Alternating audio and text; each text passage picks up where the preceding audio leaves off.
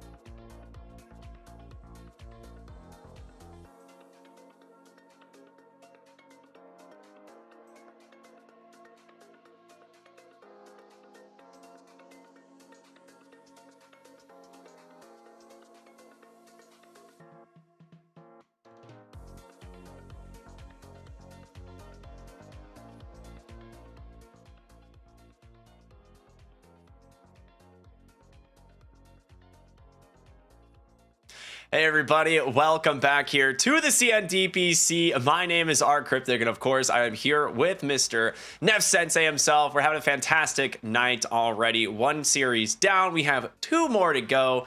What's up, brother? How you feeling? I'm feeling great. This is going to be an interesting night of Dota. We're taking over for Snare and Drag and Drop. They'd covered the first game for us, so we didn't have to do all 3. Shout out to those 2. But YBB versus Sparking Arrow Gaming, and then following that is going to be CDEC versus Extreme. Now, Ricky, are you familiar with the consequences of these matches? You know, I am, because you know we I have just want to be able to check if you are. The good old well, how about you explain it to me to make sure you know? No, I am. I do actually kind of know how this is going to play out. As far as standings go right now, it is incredibly close with the top 4 teams actually about to be the 5th potentially, depending on the outcome of this specific game. But Neff, do you want to? I know you probably want to explain this a little bit better, so I'll let you take it over. Absolutely. So the top 2 teams. Oh my God, we are drafting quick. Anyways, I was gonna say, like, we just blew through 3 picks instantly. Yeah, right. They're not giving us much time for picks now. All right. So on each of these, each of the teams that are going to be playing later today, we have YBB, who is 4-1, and then of course after that we have Extreme Gaming, who is also 4-1. So if either of these teams end up dropping a match, we could potentially see, which team is going to be moving into the upper division right now. But the rest of these teams, Astra Ares, Team Magma, and Sparking Arrow Gaming all only have 2 losses under their belts. So there is still a lot up in the air. We could see a lot of tiebreakers depending on the results of these next couple of matches. So Yeah. Sparking Arrow Gaming really need to win this one, not only for the sake of going 4-2 and being able to finish things up tomorrow, but to make YBB here take a loss and potentially force them into tiebreakers themselves. Yeah. So it's important for a number of reasons, and this team is no slouch. No, they're not. Sparking Arrow is very good. We've seen YBB pretty much be one of the most dominant teams here in Division 2, just coming straight through the open qualifiers and just putting a smackdown on a lot of these teams. You have 2 teams at 4-1, 2 teams at 4-2, and if Sparking Arrow wins this, you now have 4 teams at 4-2. Yeah. So yeah, it's gonna be really interesting to see how this all plays out. Really excited. These next couple days of the DPC are going to be absolutely ridiculously intense. Not just from a spectator and commentator perspective, but for the players. Like each game matters so much here. And it's got to be very stressful for them because all these games are condensed in such a short period of time. You don't have as much time to prepare for these ones, so it's less about strategy. Well, I'm sure it's about strategy, but the best teams have to win on very short notice, not having tons of prep time to review what their enemies are doing every single week, like we see in these other DPC regions. But because of that, it becomes a lot of fun to watch the region and very easy for me personally to follow. Yep. Because I don't have to wait a full week between when these teams are playing again, and they're continuing to just blow through this draft. Yeah, both teams have a really good idea of what they want, but at the moment, I really favor YBB. So Death Prophet is probably one of their absolute best picks that they've gotten. I don't think they've lost with this hero yet. And I was going to say, and it's a bait because it's always Aunids in the off lane. And so they actually go ahead and respond with the Lina for the mid lane to counter out this Queen of Pain. So Sparking Arrow may have jumped the gun on that Queen of Pain pick. We'll see. But yeah, I think YBB are getting exactly what they want so far in this draft. Yeah, and to keep in mind, this is the only team that has taken a match off of Extreme and Paparazzi, who has had an amazing performance so far in this tournament. So jumping the gun against this lineup is not something you want to do. And once again, for anyone just joining us at the moment, information that we had at the start of the season, Lou, the position 1 for YBB, actually has no former competitive experience. He hit 9K MMR, and then he got invited to join a team. And he has seen tons of success so far. If you manage to make it through open qualifiers and then get promoted to upper division in China in your first competitive experience, that would be insane. Dude's actually a Giga Chad. Yeah. Yeah, this has just been overall, I think a really solid performance from YBB as a team, because it like Lou has had a fantastic tournament so far, but so has Storm. I think Storm has been one of the most standout players here from the mid lane. He's the only person who has not gotten completely stomped by paparazzi, like you were talking about. And you know, he has been a very big reason that YBB have won some of their games. So it is a full team effort for sure. Sparking Arrow, obviously we have a lot of the returning players from before, and they're looking really strong, to be honest. And their only losses so far are to Magma and SHENZHEN, which both strong teams, both contenders at the top. The SHENZHEN loss, I believe, was early on, wasn't it? Yeah, it was literally the second day of the DPC. So that's when the open qualifier teams were really scaring us. Yeah, because, well, they were coming out with new drafts is what was happening. I think a lot of people weren't expecting some of the game plan, and they did actually kind of define some of what we've been watching here in Division 2, which is this, like, really... Death Prophet happening so often is something that wasn't really picked up as often before SHENZHEN and YBB were running it. The Razor, they were picking up a lot as well, but that one's been played across every region. That one isn't too special. So they banned out the Spectre, so it's possible they're planning on sending something at... like a Drow? Plays a little bit further back. No, I mean, Disruptor is very easy to get on top of. Queen of Pain, the Spectre is kind of okay with that, but I'm not thinking... I mean, maybe Drow? I feel like if they pick Drow, it's not bad in lane against the Death Prophet, but then you have late game Death Prophet who, once they have a Blink Dagger, is going to make your life real miserable. Yeah. It's hard to say. Both teams are on reserve time here. But last ban for YBB, I mean, both teams need a carry, right? So is the Medusa still in? No, Medusa's banned. Phantom Assassin, of course, removed for Lou. Yeah, you don't want to play against Lou's PA. It seems to be banned out almost every single game against him. So at the very least, they at least have like his pub match data to go through, even though he doesn't have any competitive experience. And they're probably just going, okay, this guy's got a lot of PA games. We'll probably just ban that out. But yeah, he's gotten rid of. They do get rid of the Drow, so that's what they're concerned about when they see. Oh no! Can I get a hoo hoo ha ha, Ricky? So this is what I was wondering. I was like, my thought process was like, the only reason you ban the Spectre here is if you actually want to pick something like a Sniper or Drow, like realistically, because like looking at their bans, it makes a lot of sense. You got rid of PA, Faceless Void, and the Spectre. The question is, what else can you pick from the safe lane that actually does pretty well into the Sniper? And in my opinion, it's a carry that can build Blink Dagger. So probably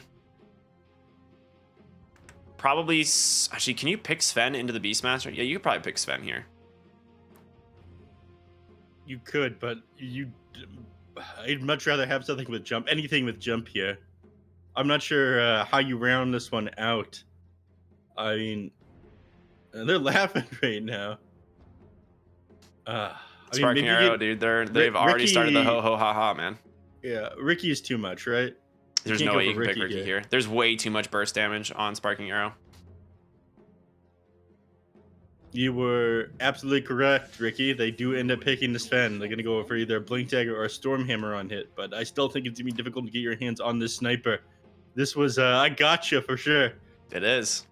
I thought we were done with these Keen Folk pickups here. A lot of them have been starting to fall off. Snapfire. Actually, Snapfire has been picked up a little bit more.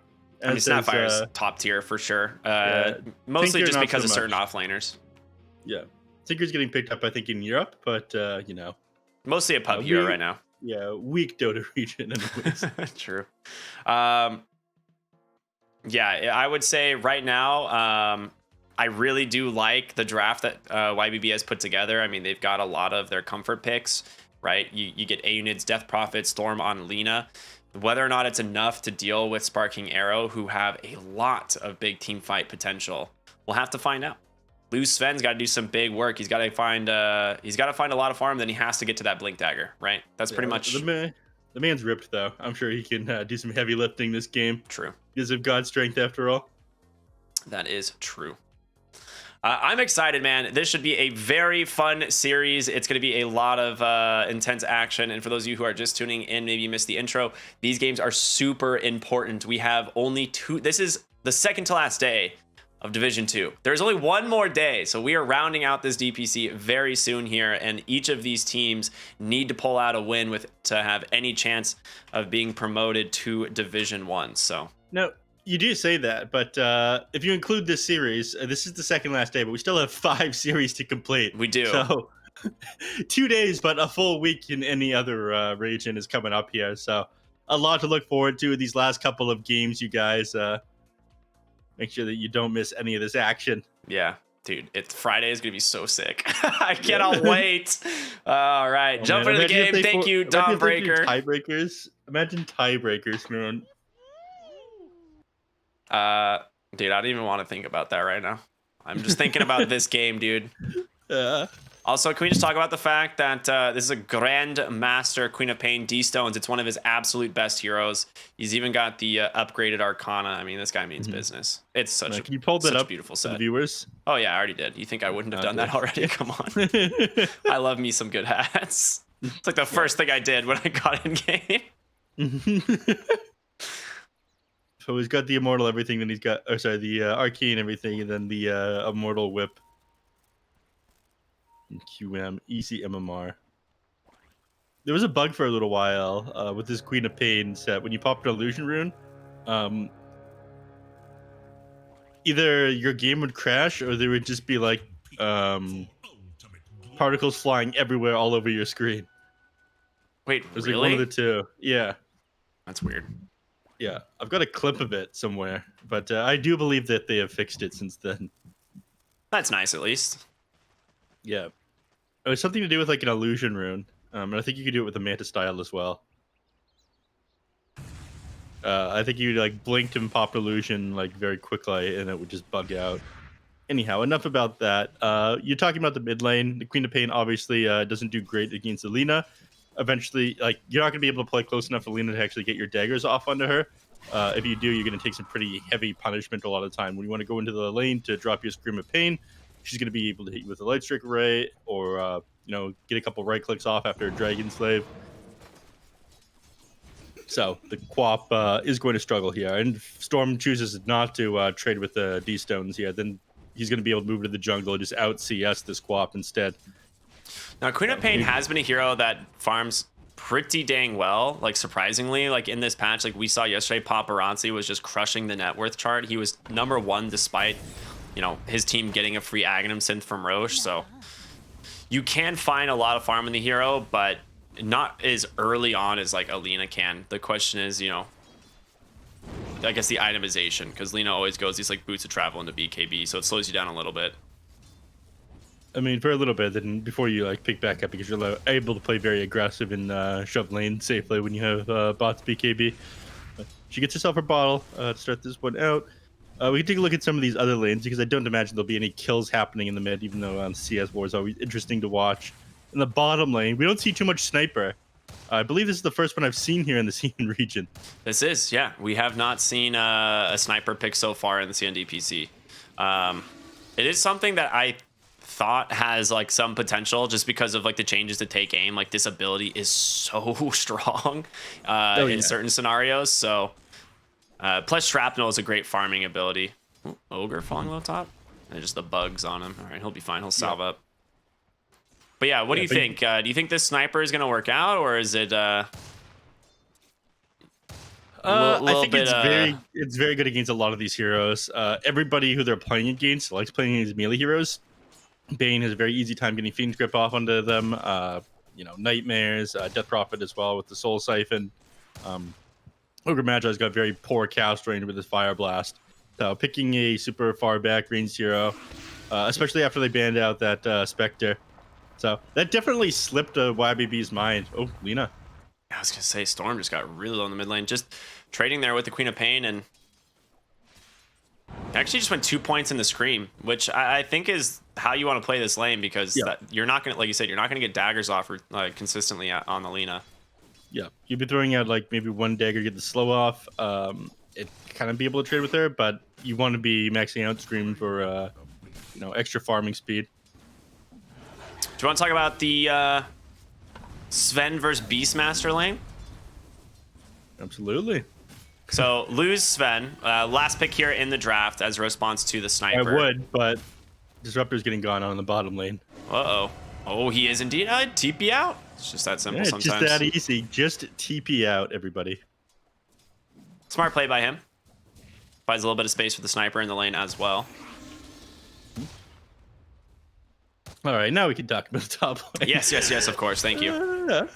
So they do have I mean, Lou is going to be able to cleave down boars that Flyby tries to play too aggressively with. He can storm bolt them as well, just because it's the AoE. He's got 2 out at the moment. I think like whenever he tries to run these at him, he just does a storm bolt off onto the 2 boards. You get a lot of XP for clearing them. Yeah. It's like 60 XP per boar. That's exactly what he's going to do. Insane. And I was going to say, with the ignite, if it connects, no, it does not. Unfortunate. But he's still doing all right. He's getting a lot of solo. Ooh, his courier almost died to some jungle creeps. But it's going to die to Son Goku now. Yoink. Yep. Nice pull by Rain. Going to be contested by the Weaver, though. He's going to play back here with the Sven. He's not going to go? All right, never mind. Oh, I got a couple of them, though. Sakuchi is a strong ability. It's might not like be 4 worth. CS. Oh, wow. He did. Yeah. I was going to say. That's not bad. Do you think it would have been worth for Rain to just drop a sentry and go for like a Stormbolt play there? Or? No, I think it would have gotten away, especially with Flyby playing relatively close bottom lane. Yeah, I was going to say they're looking at A unit here. They are. You'll be able to make it away. Okay. No glimpse from the Disruptor quite yet. Was holding the point, but did not have the vision anyway. Salve up from the Bane. Is he going to return to the lane? So he is just rushing these Boots of Travel. We've seen him do this a couple times now, where he just goes just like double null tally off lane into the Boots for the Death Prophet, and it works out pretty well. Yeah, but I think that means they can have bots and several heroes. So as soon as the laning phase ends, they can have a lot of movement speed, but not tons of ability to fight into Sparking Arrow Gaming. Unfortunately, they're going to have to play a little bit slower. They don't have a ton of front line on SAG, so they don't have heroes that can just run at YBB and dive towers. The only person they have who's that tanky is going to be the Beastmaster, who's doesn't even have his boots of speed himself yet. He's just going to go Helm Iron Will first. So they can't punish this greedy double bots build coming in from YBB. I think Sven can just go farming items as well. Yeah, absolutely. And that's the thing with the Sven. Like when I kind of forgot about it in terms of like why it was also another really good pick. It is a hero that just deals with the Helm of the Overlord creeps so easily, right? Like late game, you can just storm hammer them and then chop them down in just a matter of seconds. So yeah. Speaking of chop down, Lou. Yeah, Lou is getting a lot of damage crushed here by these double boars and the bugs from the backside. This is going to be a kill onto the Sven, and first blood goes the way of the Weaver. Rain, nice stun underneath the tower, but he doesn't have any more mana to work with. So. Ooh, I didn't even get the Observer Ward. You hate to see it. Yeah, that was just right on the edge there, huh? So, really well played. This top lane, the Beastmaster having a fantastic time. Gonna have that Helm of the Dominator here. I'd guess Sven probably just starts rotating into the jungle once he gets to level 6. Oh, he's just gonna do it now. Yeah, he doesn't want to deal with this anymore. He realized, okay, well, Beastmaster, he's gonna have Roar in just a moment. He was level 5 before he got that kill onto me. He's going to have his helm done before long as well. He's like, yeah, he's 1 gold away. So there's no way he'd be able to lane against him at that point. Excuse me. Weaver got a lot of gold for that kill onto the Sven as well. So he's got his urn completed, working on his Spirit Vessel next and work wonders against a unit on this Death Prophet. He's almost hit her level 6. But now that you've got the Helm Dom completed, heroes kind of move back on YBB. You can start to play, start to shove in these lanes, play a little bit more aggressive. I think D-Stones will be starting to set up kills as well. Going to be wanting to drop this Sonic Wave onto somebody. So more aggressive wards is what Son Goku's trying to do, but he gets scouted out while he places that one. Yeah. And bold move by Lena to farm this up regardless of knowing that Weaver just placed that ward. 928? Weaver? Yeah, he's not going to do anything. Fine. Okay. Yeah. Couldn't gap the distance on the Disruptor. Maybe Roar he had 2 top points in lane. the glimpse. Beastmaster just going to go ahead and drop it as D-Stones makes his rotation up here. Plenty of vision obviously coming out because of the Hawk, so they will grab themselves another kill here in the top lane and start pressuring the tower with the Helm of the Dominator. Yep. I mean, that's exactly why Sven left the lane. He knew that would happen to him, if not the Ogre, so Better your position 5 than your position 1. Absolutely. He's got 3 points in the Great Cleave, though. He's farming up the jungle, and Power Treads. Mask of Bandit's going to be coming out next, so we will. Ooh. I think he'll outfarm the sniper. Speaking of, I managed to take 928 or aiming it down in the bottom lane. 928 will survive, but that was an exorcism commitment. So I missed that one, unfortunately. Oh, no worries. I mean, this happens when you've got nothing but all these stat items, and you don't have your boots of travel just yet. You're like 8 minutes into the game, and all you've got is double null. You become fairly weak if you're sitting on 1,300 gold. Lou getting zoned out of the jungle now. Probably going to start making his way towards the triangle. There is another ancient stack being made, but they do have vision of this. The ward's been here, and D-Stone is invis. Drops a sonic wave onto both of the supports, but a really fast nightmare from 928. They can follow up Fire Blast with the Light Strike away, try and take down D-Stone's on the Queen of Pain, but he gets the blink out, and 928 going to be finished off there by the Weaver. Rain, Fire Blast cooling down in just a second. Couple auto attacks, but he gets the Sakuchi off last moment. And D-Stones comes back in. Glimpse gonna find Storm stuck inside the shrapnel. He will find the Weaver, but can he get away himself? Light Striker Ray does connect at the very end, but the Queen of Pain give him the vision they need. Now it's A-Unit's turn. Lou comes in on the Sven, hits D-Stones with the Stormhammer and chops her down. Ends up kind of equalizing this fight, but a really sick play there from Sparking Arrow. Yeah, I think they were trying to bait them out, or maybe they just forgot that that Observer Wood was still standing there. They waited a little bit too long. Because of that, they end up losing several important heroes. They lose that Lina was the very big one, but like you said, equalized it by getting that kill off of the Queen of Pain at the end. Lou happening to have good positioning, and that will accelerate his farm just a bit. It could have turned out a lot worse if you didn't get the Quap on the way out, but yeah, ends up only being like 160 gold swing and like 300 XP for the side of Sparking Arrow Gaming after all the dust settled there. Yeah, and Lou did manage to transition that into like clearing 4 ancients, right? 4 sets of ancients, so ended up not being that bad. Well, Fire Blast onto the Weaver. Lou has mana for a Stormhammer, just waiting. Can connect, but can they actually finish him off?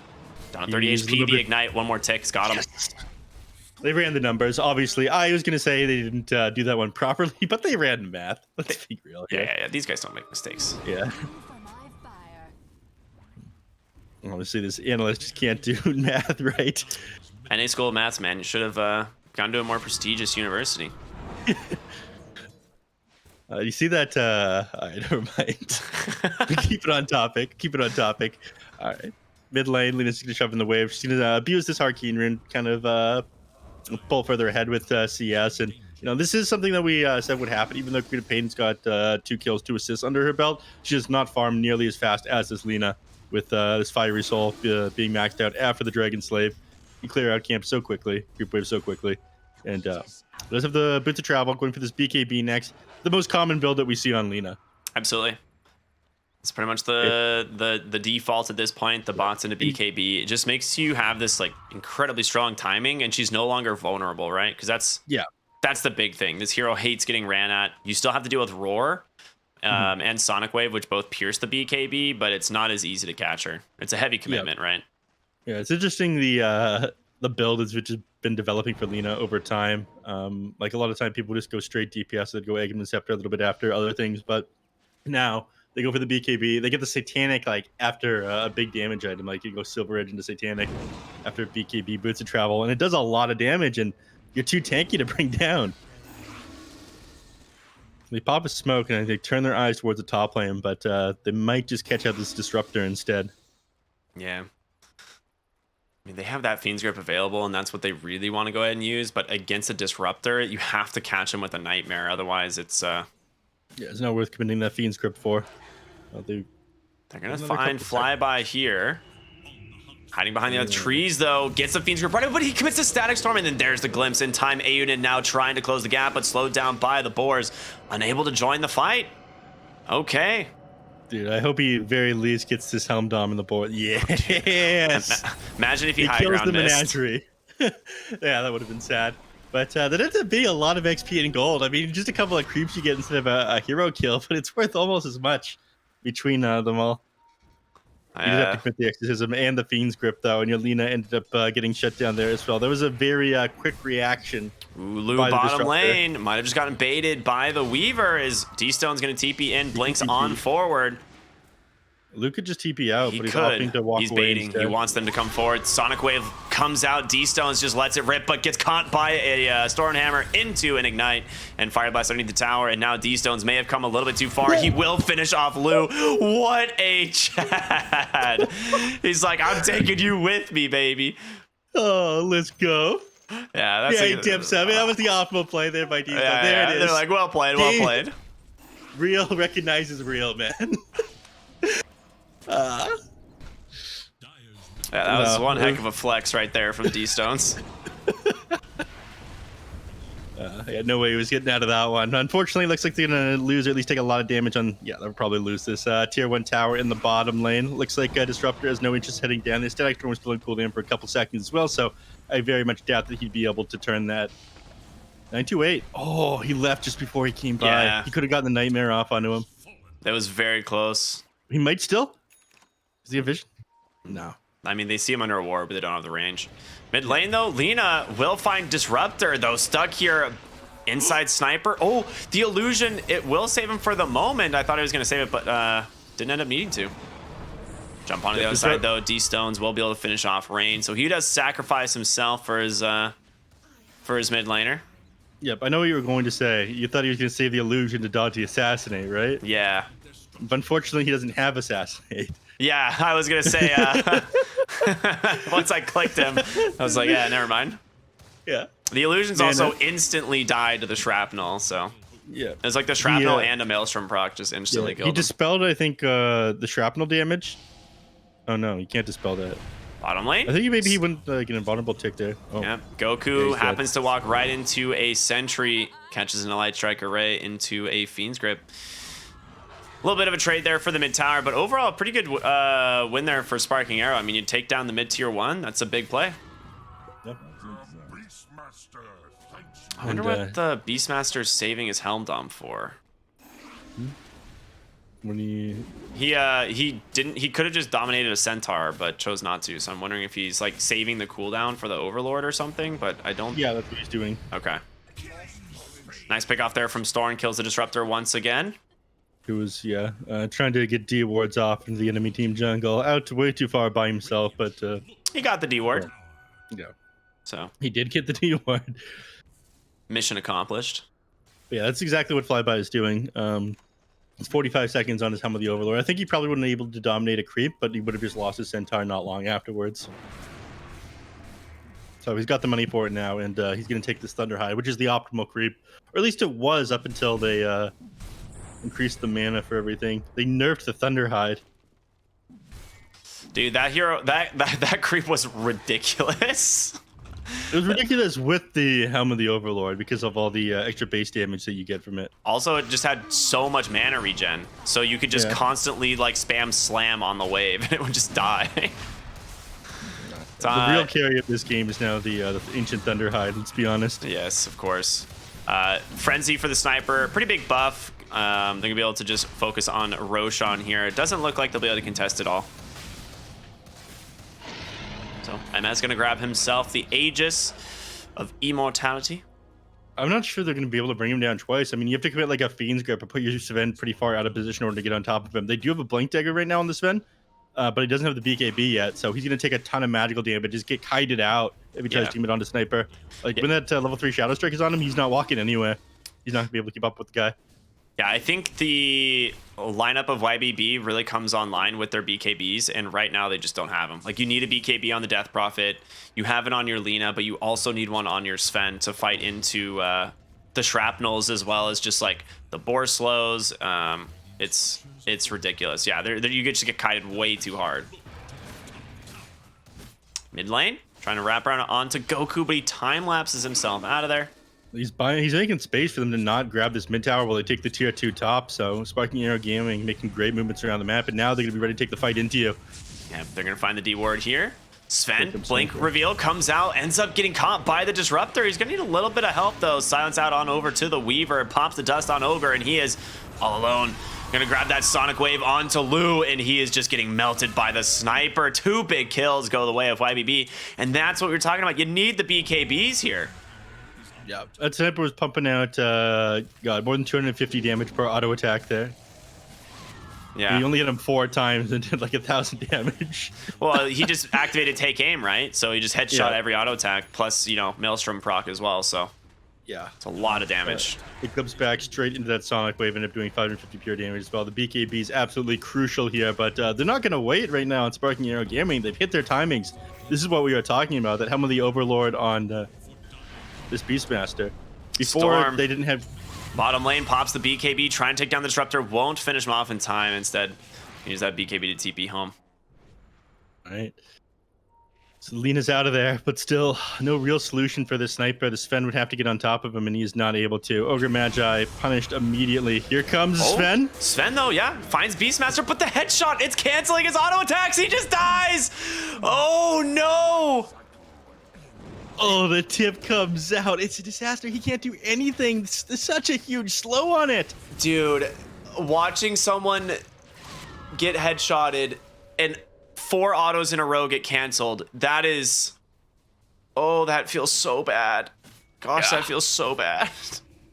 He needs the BKB so badly. He isn't able to do anything at the moment, though. He needs, if he's going on anyone, the stun needs to come out on the sniper. But again, they don't have anyone to gap that distance. Spectre might be able to do it if you had, like, Aghanim Scepter or Blade Mail or something.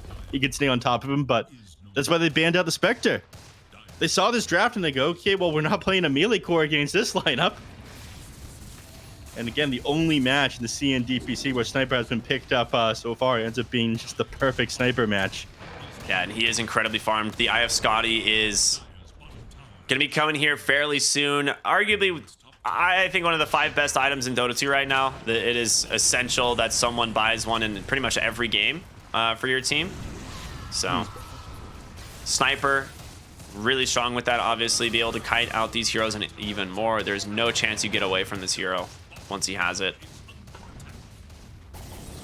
Yeah, 50% slow, or well, rather on ranged heroes anyways. Gonna work wonders.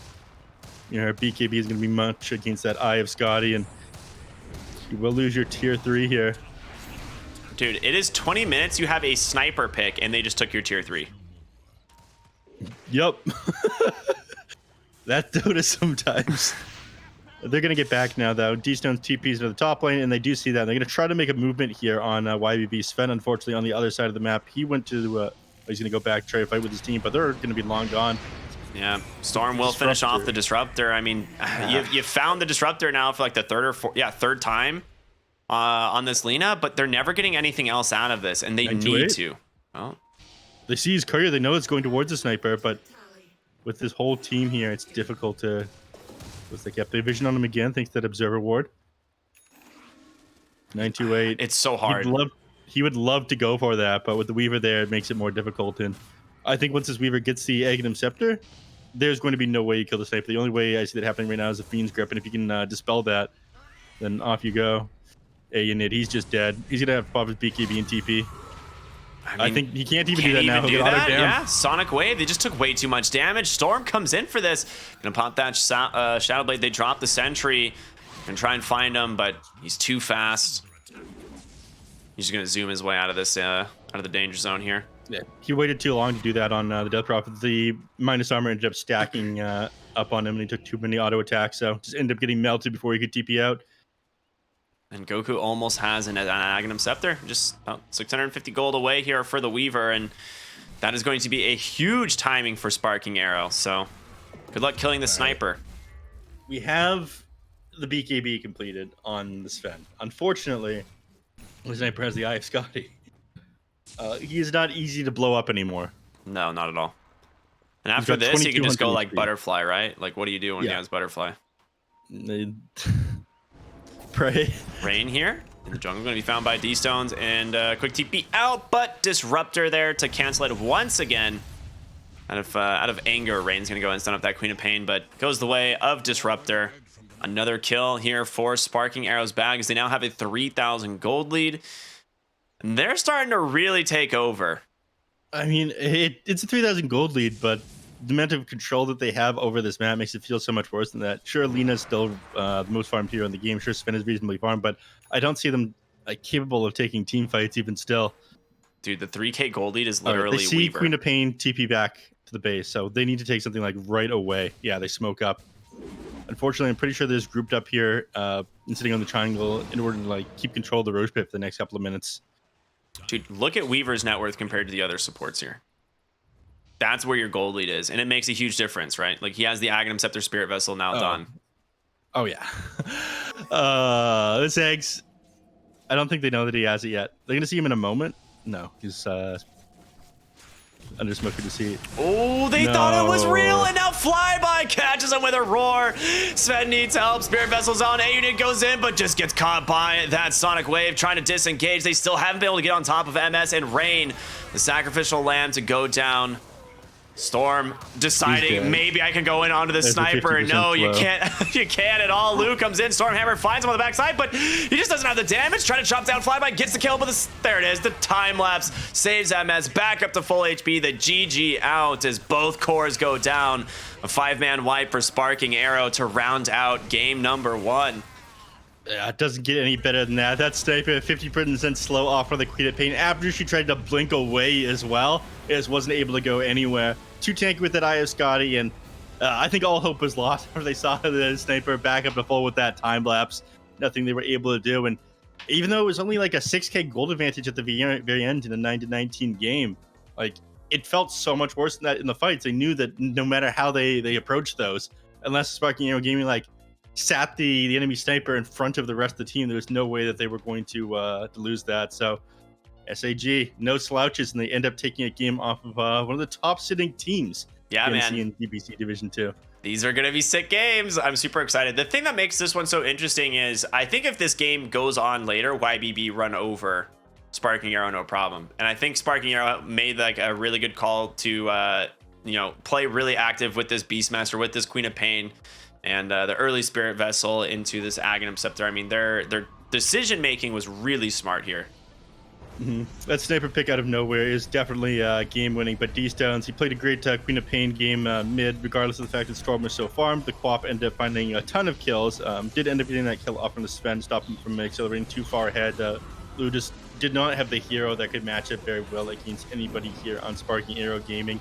I do think like I do owe a lot of this to the sniper pick though. That one was probably one of the best heroes they could have last picked there, and is definitely a gotcha. They got rid of the Drow Ranger. I don't even think Drow would have been as scary as the sniper. No, not even close. Sniper was definitely a more dangerous pick here. I mean, they knew, right? You see the Lina, you see the Death Prophet. I mean, which of these two cores is going to be able to close the gap to get on top of you? And the answer is neither of them, right? So you're forced to get a Blink Dagger on Sven in order to gap that distance. Yeah, and as a result, he doesn't do enough damage. And that was all they could do at that point in the draft. So mishap, amazing drafting there by Sparking Arrow Gaming, and great gameplay out of Son Goku here on the Weaver. I feel like he put in a lot of work, made a lot of space for his team. It was very annoying to deal with. And God, this Eye of Scotty just doing so much work in this fight, in this last one here. I'm just looking at the recaps of this last game. You just watch them like try to come back in. He just gets headshotted, pushed back inside of the shrapnel. He's like, all right, I guess I'm just gonna BKB and walk away. And they're like, no, but you don't walk too fast, unfortunately. And then you can see just Son Goku there, just waiting with the time lapse to drop that one. And yeah, MVP to the sniper, absolutely. It goes 3-0 and 10. Great fight. Great fighting from him in general and from the team. Yeah. Surprisingly quick game here, and again, not much of a lead that they had on Sparking Arrow Gaming compared to YBB. Usually we see these massive leads before anyone's able to close out a game right now, but kudos to them for being able to pick apart YBB's draft. We'll see if they can bring it back in game number 2, though. Yeah, all right, everyone, stay tuned for more. We're gonna go to a quick break, but this is only the second series of 3 today, so we've got so much more Dota coming up. We'll see you after the break.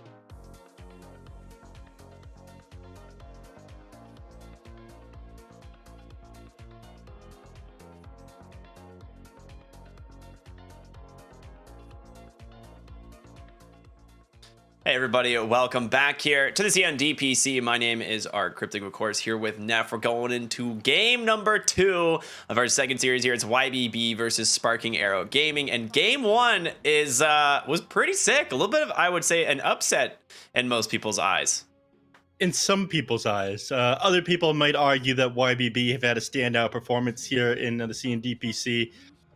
They did have players that were removed from the previous Extreme Gaming roster. They had people that were forced to come through open qualifiers here, but managed to make it to the top of the group at the current stage. Took a game off of the only people to take a game off of Extreme currently.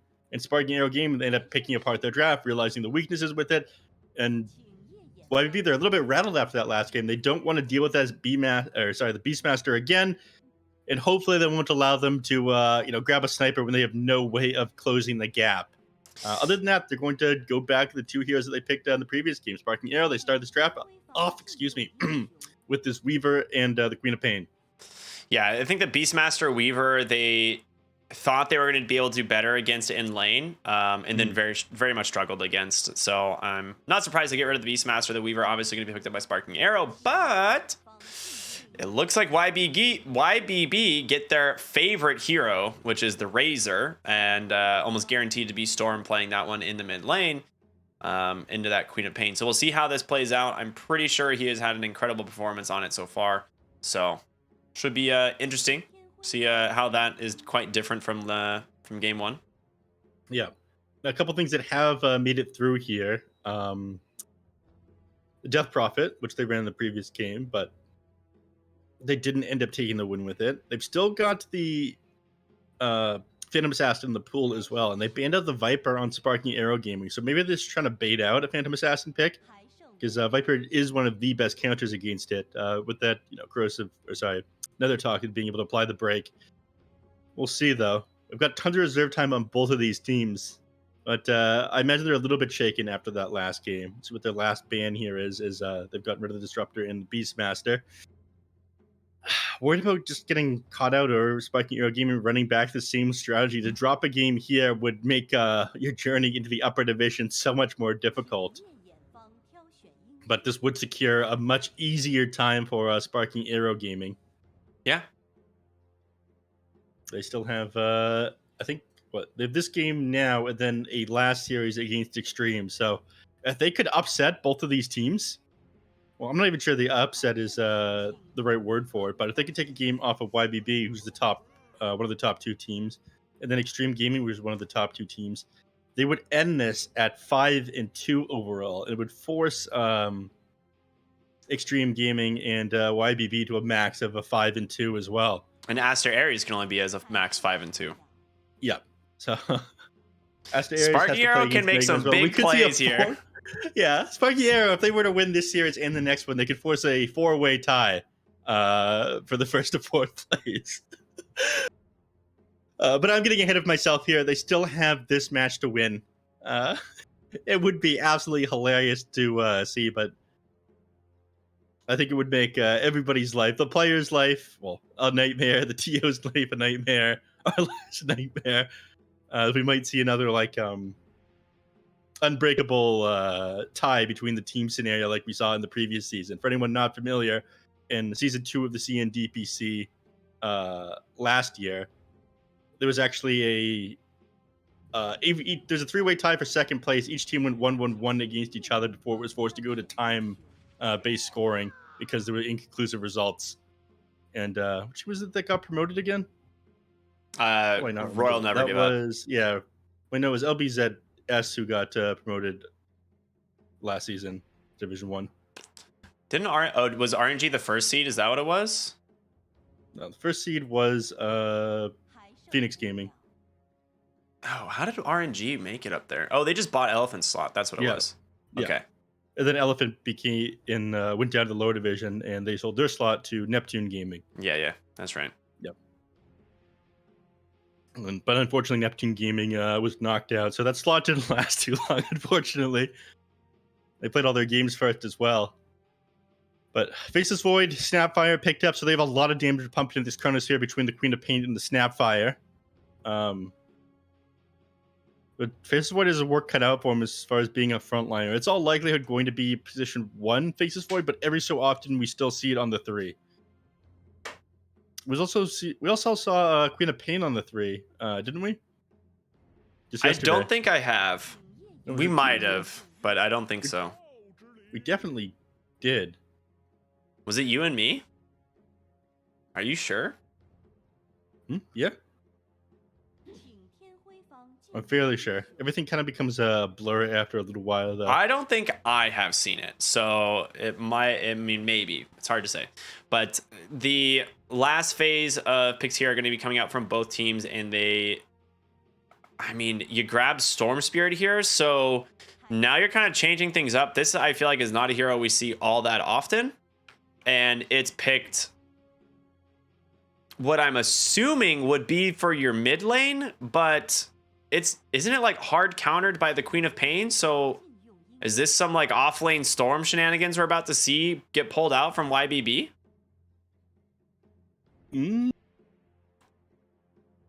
it's definitely going to be a mid lane storm. There's no way they don't run the Storm Spirit in the mid lane by the signature player, Storm. I mean, Razor is his signature hero, but No, they'll run the Razor in position 1 or 3 here. I mean, the Razor is so much more flexible than the Storm Spirit. yeah, that's what I thought. I just think it's weird picking this into the Queen of Pain, but the Storm Spirit so far, based on lockdown, the only thing you have to worry about is a Orchid and a Chronosphere. So pretty safe game here from him so far. Last pick's going to definitely be the offlaner for Sparking Arrow, at least what we'd assume would be the offlaner, unless they want to take this Faceless Void. But need something that pairs well with the Snapfire in my eyes. So something with a stun, decent physical damage. They ban the Tide Hunter. They ban The Night Stalker. Stalker. Mars had already gotten rid of by Sparking Arrow Gaming, their first ban. So it's like the first thing that comes to mind to pair up with the Snapfire, because it goes so well with Spear and Arena. But I don't have a ton of time left. I mean, you've got a couple options. You got like Centaur is a position 3, but I don't think it's going to be that great here. Not when you're playing against like potentially a Razor is the offlane. There's just not a ton of position 3 heroes that are going to provide extra lockdown for you at this point. I think they've done a pretty good job at taking them down. Doom would have been like the best hero they could have picked, but YBB were wise enough to ban that one out. 40 seconds left though, and yeah, it was game 2 of Sparking Arrow Gaming versus. Oh, you went there. I think it was. Maybe you were there. It was game 2 of Sparking Arrow Gaming against Aster Ares. I was not there. That was the night I was not working. Haha, I was right. I was like, I'm pretty sure I haven't seen this. Wait, isn't that the night I wasn't working? That was the night I wasn't working, correct. Okay. They go ahead and grab Sand King here. Last pick for Sparking Arrow. I mean, could you take a unit Storm off lane and then just pick a heavier counter here to the safe lane? No, he was middle lane. I'm confused now. I wasn't working that match either. For some reason, I could have sworn that I saw Queen of Pain offline, but I'm crazy. Anyway, back on topic of this game. Yeah, I dreamt Dota. I've been casting too much CN. The Sand King position 3. It's been a little bit less popular. It was banned out a lot around TI though, and just before TI. It's a lot stronger than. This was also before some of these other heroes started popping up in the meta, and Armlet started becoming like a super sick item. Okay, Wraith King. I don't know why I didn't think of this one. This is like a clear, obvious Wraith King game. Yeah, it's a no-brainer against the Faceless Void. He chronos you, you get back up, you beat him down. But unfortunately, you don't have a ton of armor, so you can be punished if they. It's good into the Sand King though, is the thing too. Like it's a strong lane matchup for Wraith King. Mm-hmm. So overall, I mean, I like this last pick for Lou, which it is going to be the A unit Razor. Like I said, they could just flex it to the off lane and pick a better safe lane. Yeah, they actually ran this in Europe a little while ago. The Snapfire up against the Wraith King. I think Tundra was the team that ran the Snake King, was playing the Snapfire. And what you do is you just get yourself an Orb Corrosion, you max out Little Shredder first, and you punish the Wraith King for having super low base armor. Yep. He's only got 2 base armor. So he needs to start with like a Ring of Protection and go Chainmail as his like first component to his phase boots. Otherwise, he takes very heavy damage. Yeah, from, I saw it earlier Sapphire. today actually as well. Watching like an NA DPC game. Same Sleep all thing. day. Same thing. But Yeah. excited. Game number 2 here. YBB. They've got to pull a win out here. If they win this series, I think they're guaranteed into the promotion. Oh no, because they could Yes. still lose to Shenzhen. Actually, they could still lose to Shenzhen.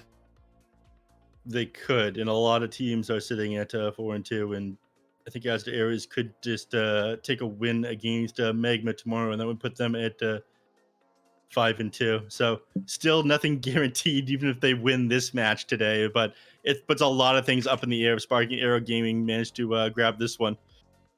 Yeah, then we really have no I'm hoping for guarantees. I'm hoping for the 4-way tie for first place. Dude, that'd be so sick. It would be so sick. What an insane storyline. Let's do it, baby. Jumping into game number 2. Thank you, Don Breaker, for kicking this one off as always. All right, let's go. 4-way tie.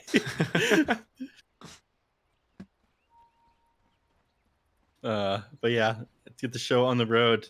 Mid lane, both team. Well, neither team is going to walk up onto the enemy's high ground. They don't have any vision right now on the dire side, but they're hoping to try to scout there on the Radiant. Again, meta is that right now. You try to find the enemy observer ward, but if they already have one on the side of the Radiant, then they're not going to walk up straight into this Wraith King's Wraith Fire Blast. 30 seconds to battle.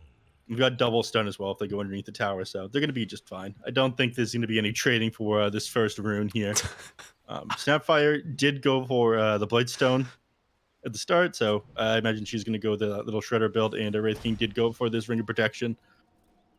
Well, they get the D ward. I'm not sure if you saw Lou in the mid lane. He's just waddling back and forth. Very interesting stuff there. Quite funny. He's going to make his way for top now. The international But he's got everything that he needs queued up. He's got Helm of Iron Will as his first item rather than the Chainmail. That works just as well. Yeah. You get, it just comes out a little bit slower than the Chainmail, but it gives you even more armor. We've been seeing some Wraith Kings go for like triple Gauntlet and like Quelling Blade as their like starting items. But you can't get away with that in this lane. Like you said, there's too much minus armor that comes out from the Snapfire between the Blightstone and the Little Shredder. You go down to like -1 armor even underneath the tower. So you have to pick up something to deal with that. Ooh. All right, mid lane, Storm on Storm. D-Stones once again on his Queen of Pain. He popped off last game, had a fantastic time. Do you think that this Storm can actually like do well in this matchup? No, he can get himself CS. That's about all he's going to be able to do. Then probably at like level 4, he's going to move himself into the jungle and get his level 6 there. But if he spends too long over there, Queen of Pain has a very easy time pressuring the lanes. But again, Storm wants to be playing close to the creep wave, dropping a Static Remnant and getting a CS advantage. It's tricky to do that when he's dropping these daggers onto you. And it's become even better as a matchup for the Queen of Pain ever since she started getting the little bit of heal from Shadow Strike. Like previously, Storm Spirit might be able to stand his ground a little bit just due to his high armor and like huge damage output, but the little bit of heal that D-Stones get means your HP is always going to be fairly high, and he can't really turn it around on you. Right. Up in the top lane, Lou under pretty heavy harass already. He's out of regen, so Rain doesn't have any either, and his courier is currently dead, so he's gonna have to ferry himself out some extra regen. I don't think he's gonna be able to wait like 500 gold for this Helm of Iron Will. Weaver Bottom goes lane. down bottom. Yeah, it's gonna be first blood there for 928 on the Rubik, and this is a hero that I'm surprised hasn't been getting picked more, especially with how popular Weaver is. I'm like, this is just like the best support. Like he loves playing against Weaver. It's so good. Yeah, there's a lot of really good spells to see open this game, though. Anything from Snapfire is great with Arcane Supremacy. If you can get yourself a sick Chrono, awesome. Queen of Pain's entire kit is good. Yeah. Sand King Barrow Strike is amazing. Yeah, it really is. You can get in and out of fights and maneuver a lot with that one. So the ideal Rubik game, and even though 928, we're used to seeing him on these bug heroes, he gets to mimic a bug this game, which just is good. That's pretty good. Yeah, if you can't be a bug, just join him. Just use bug-like abilities. Yeah, I mean 928 is the bug specialist, right? Like you were saying. Yeah. Rain? He's stuck in a hard spot right here. Yeah, he pops. Flyby didn't go for him though. Yeah, he had Mango available too, but he's more focused on pulling this wave. And Flyby doing pretty well here in this off lane on this Sand King, and he's stoked. He's having a great time. Yeah. The Storm has been forced to go into the jungle at level 4, like we just talked about. He doesn't want to lane against this co-op anymore. And Storm does jungle fairly quickly, so you won't pull too far ahead on the co-op, but you definitely will get a gold advantage here. Hopefully, once the Storm Spirit hits like level 6, we get 6 minutes comes around, he gives himself a power rune and get some recovery kills. Rubik is laying the smackdown on this Weaver right now. He does have this Fade Bolt as well, just waiting to use it, so Weaver's gonna have to back off the lane. Yeah, do you see what they just did with the Fortify? No. Where was it? It was in the mid lane. The Storm Spirit tried to fortify the creep wave to stop it from pushing into the tower when his creep was almost dead. But unfortunately, his timing wasn't amazing, and the Queen of Pain ended up denying a bunch of range creeps anyways. Oh, unlucky. Yeah. If he'd gotten back to the mid lane first, then he would have been like Storm would have been ahead in CS. In fact, decent chunk of this is not going to be the lane CS though. So when we look at net worth, oh, he's actually almost even. That is surprising. Okay. Yeah. Well played by Storm here.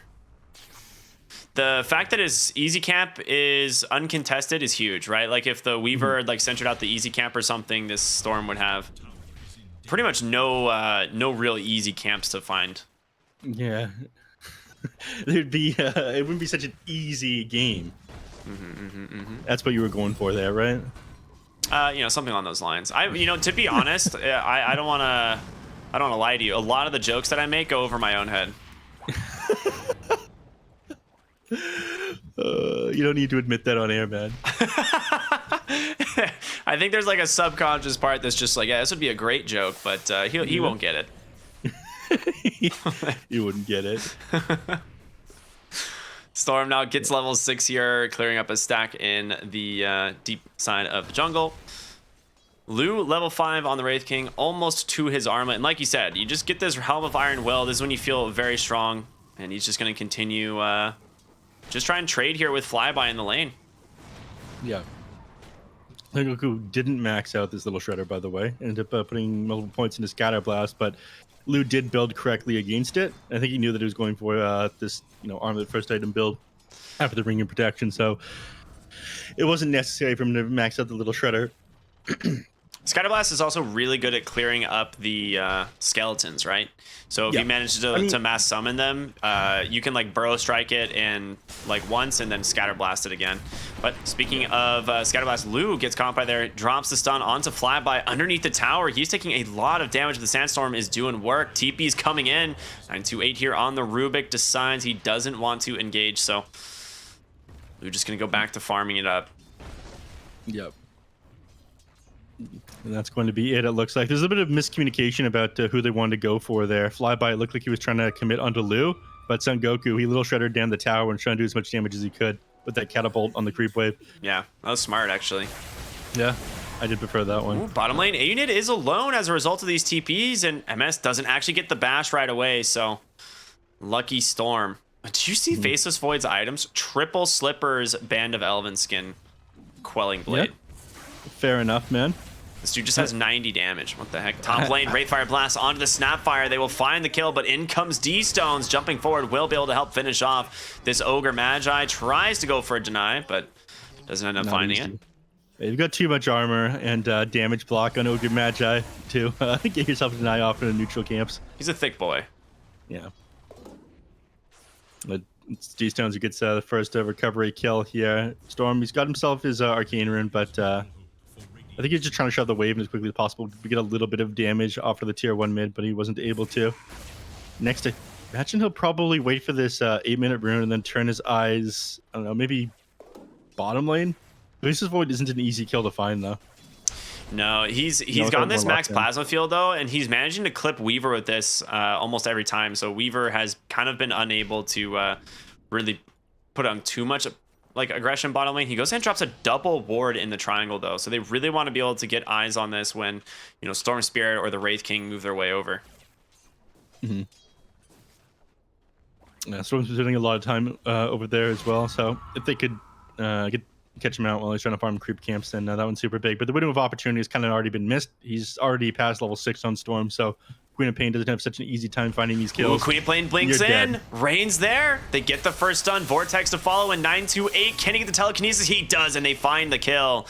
He just barely didn't have the vision to see Rain on that Ogre Magi.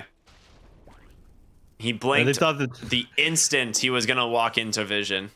Yeah, and they thought it was so safe because they have so much vision up around this area. They could see anyone coming from a mile away, so they thought, and that's exactly what ended up punishing him so hard. That Blank Dagger comes in, and Queen of Pain would have been able to trade with the Storm Spirit with this alt 2-point Shadow Strike and Scream, but without, there was just no way. You're inside the river with the Ocean Heart as well, which would have made it even easier. Yeah. Wow. Bottom nice lane, there. A unit forced to pop the ulti here. Gets a decent amount of damage stolen from MS. Ooh, that one's going to stick. Yep. So, if you take a look at things, you're actually up 500 net worth with the Storm Spirit right now over the Quap. Yeah. Despite the fact that you could not lane against this Queen of Pain. Chrono comes out. He's under the tower. Plus the bugs. No chance you're getting out of this one, Razor. They will pull back and punish that Faceless Void. A 1-for-1 trade. But I think you're pretty okay with that if you're the Faceless Void. You at least managed to punish the... I mean, maybe not. You're dead still. Maybe you're not dead, happy. And your Chronosphere's on cooldown. For a very long time, mind you. Another 135 seconds. So he doesn't have the defensive tool if anybody tries to go on him. Lou, top lane. Yeah, Flyby, a nice play there. He managed to actually get like 3 Caustic Finale procs on the wave, but... Yeah. Couldn't finish him off. He's holding a point right now as well. But if he took him by surprise, wouldn't be able to get him before he put the point into reincarnation. He puts it into it now. He's afraid of getting caught out in the jungle, it looks like. But that's what everyone does. Smart, they save their point into reincarnation until they absolutely need to use it. Otherwise, they just die 2 times it around, put it on its 200-second cooldown. Summons the boys. Time to get to work on farming. Yep. Flyby's having a great time as well. I mean, he just rushes this Vanguard here against the Wraith King, not really under any pressure from this hero. Lou does need to be a little bit careful, though. If he goes for a Burrow Strike inside this Sandstorm, he might be able to finish him off. Lou's also trying to bait him, it looks like. Yeah, the issue is... like... they can turn this on you. You Burrow Strike forward, that's your escapability as well. You got Ogre behind the tower. 928 steals level 4 Sandstorm here on the Rubik. So they're just going to grab the tower. No overcommitment here, and they're going to back on out. Yep. That's going to be that. And mid lane Storm continuing to farm up. Just wants to get his Orchid online as quickly as possible. He's almost got it. Only needs another like 550 gold. That one completed. Oh, steals only level 1 Swarm. Unlucky there for the Rubik. Obviously, he's trying to grab that Sakuchi. You have a lot of fun with that one when you get it. Bottom lane, ain't it? Yeah, nice jump in here from D-Stone. Solism, Sonic Wave plus the Mortimer Kisses. He didn't drop the Sonic Wave. He didn't believe in Son Goku there. Yeah, I guess he didn't think the damage was going to come through from the Mortimer Kisses, and now Storm comes in, finds the Snapfire. Nice cookie play there as D-Stones rotates in, but it's not going to be enough to save him. You don't have the Orchid completed quite yet. And Storm finds himself a return kill instead. Yeah, and he gets his Orchid completed, and just there you go. He's going to fly that one out to him right now. You know what's a great feeling, Neff? What's that? Being able to play-by-play cast Storm Spirit being played by a person called Storm, as opposed to play-by-play casting a team called Phoenix with a player on the opposite team playing Phoenix and a player named Phoenix as well, not playing the Phoenix. Phoenix, the hero, the team, or the player? Yes. That is the answer. People say, which one? You say yes. Yes. Bottom lane, they're pushing here with these skeletons doing some good work. Oh, yeah, mid. They're right. They find the Queen of Pain. Reveal. That is the Orchid reveal. They find Goku as well. Double kill. That's going the way of the Ogre of all things. Flyby coming in, trying to get the Burrow Strike, but there would be no follow-up damage. Just the Weaver. A nice find. getting both the Snapfire and the Queen of Pain there. Quap's game slowed down quite a bit. She gets her Orchid completed now, but Storm Spirit, I imagine he's going to start working towards the BKB. I'm sure that he saw the Orchid coming out on the Quap. I don't... Like, if you get a Yules, it comes out slightly faster, but the Orchid is probably what you want against the Sand King as well. You don't want to get hit by the Burrow Strike. The fact that it comes out instantly makes the BKB that much more important. Yeah. G-Stone's actually queues up on Midas after this. He feels he's behind, like really far behind. He's not entirely wrong. He's not as far behind as I would have expected because Storm obviously has done pretty well at recovering and as well as finding some kills. But mid lane, there's going to be the Orchid reveal. The other way going to be used to find the kill there onto the Rubik. Flyby. We catch a Wraithfire Blast. Ogre TPing in as well, but they don't have the catch there. And yeah, top lane. You trade. You manage to take down MS. Mm-hmm. It was a mere feint there. They TP multiple heroes there into the mid lane, and then they make the rotation up to top. Faces Void. He's going to think that he's safe as those rotations come in, but he gets punished by the Orchid on the Storm Spirit. Nice play there on YBB. This Orchid is going to be a huge problem because this Faces Void is nowhere near being able to deal with it, as well as the Queen of Pain, and both these heroes rely on their mobility. Yeah. So, with this completed, they need BKBs out as quickly as possible. He's going for, he still needs his Maelstrom on the Faces Void. He's sitting very far behind. He's got a Manta Style queued up after that. I mean, it's going to do the same thing as your BKB. You get out of that silence, I think you're going to be safe. However, Smoke for the top lane. They find the Razor and an easy pick from him. They don't actually commit the Orchid, but once again, look, it's going to cost you your Raceless Void. A 1-for-1 trade. Yep, and you got him a second. Okay, I think he's got... he did manage to buy out before he went down there. He got his Mithril Hammer. It was being flown out to him. I thought that they slowed down that the Maelstrom a second time. That would have been rough. But he didn't lose too much gold for going down there, fortunately.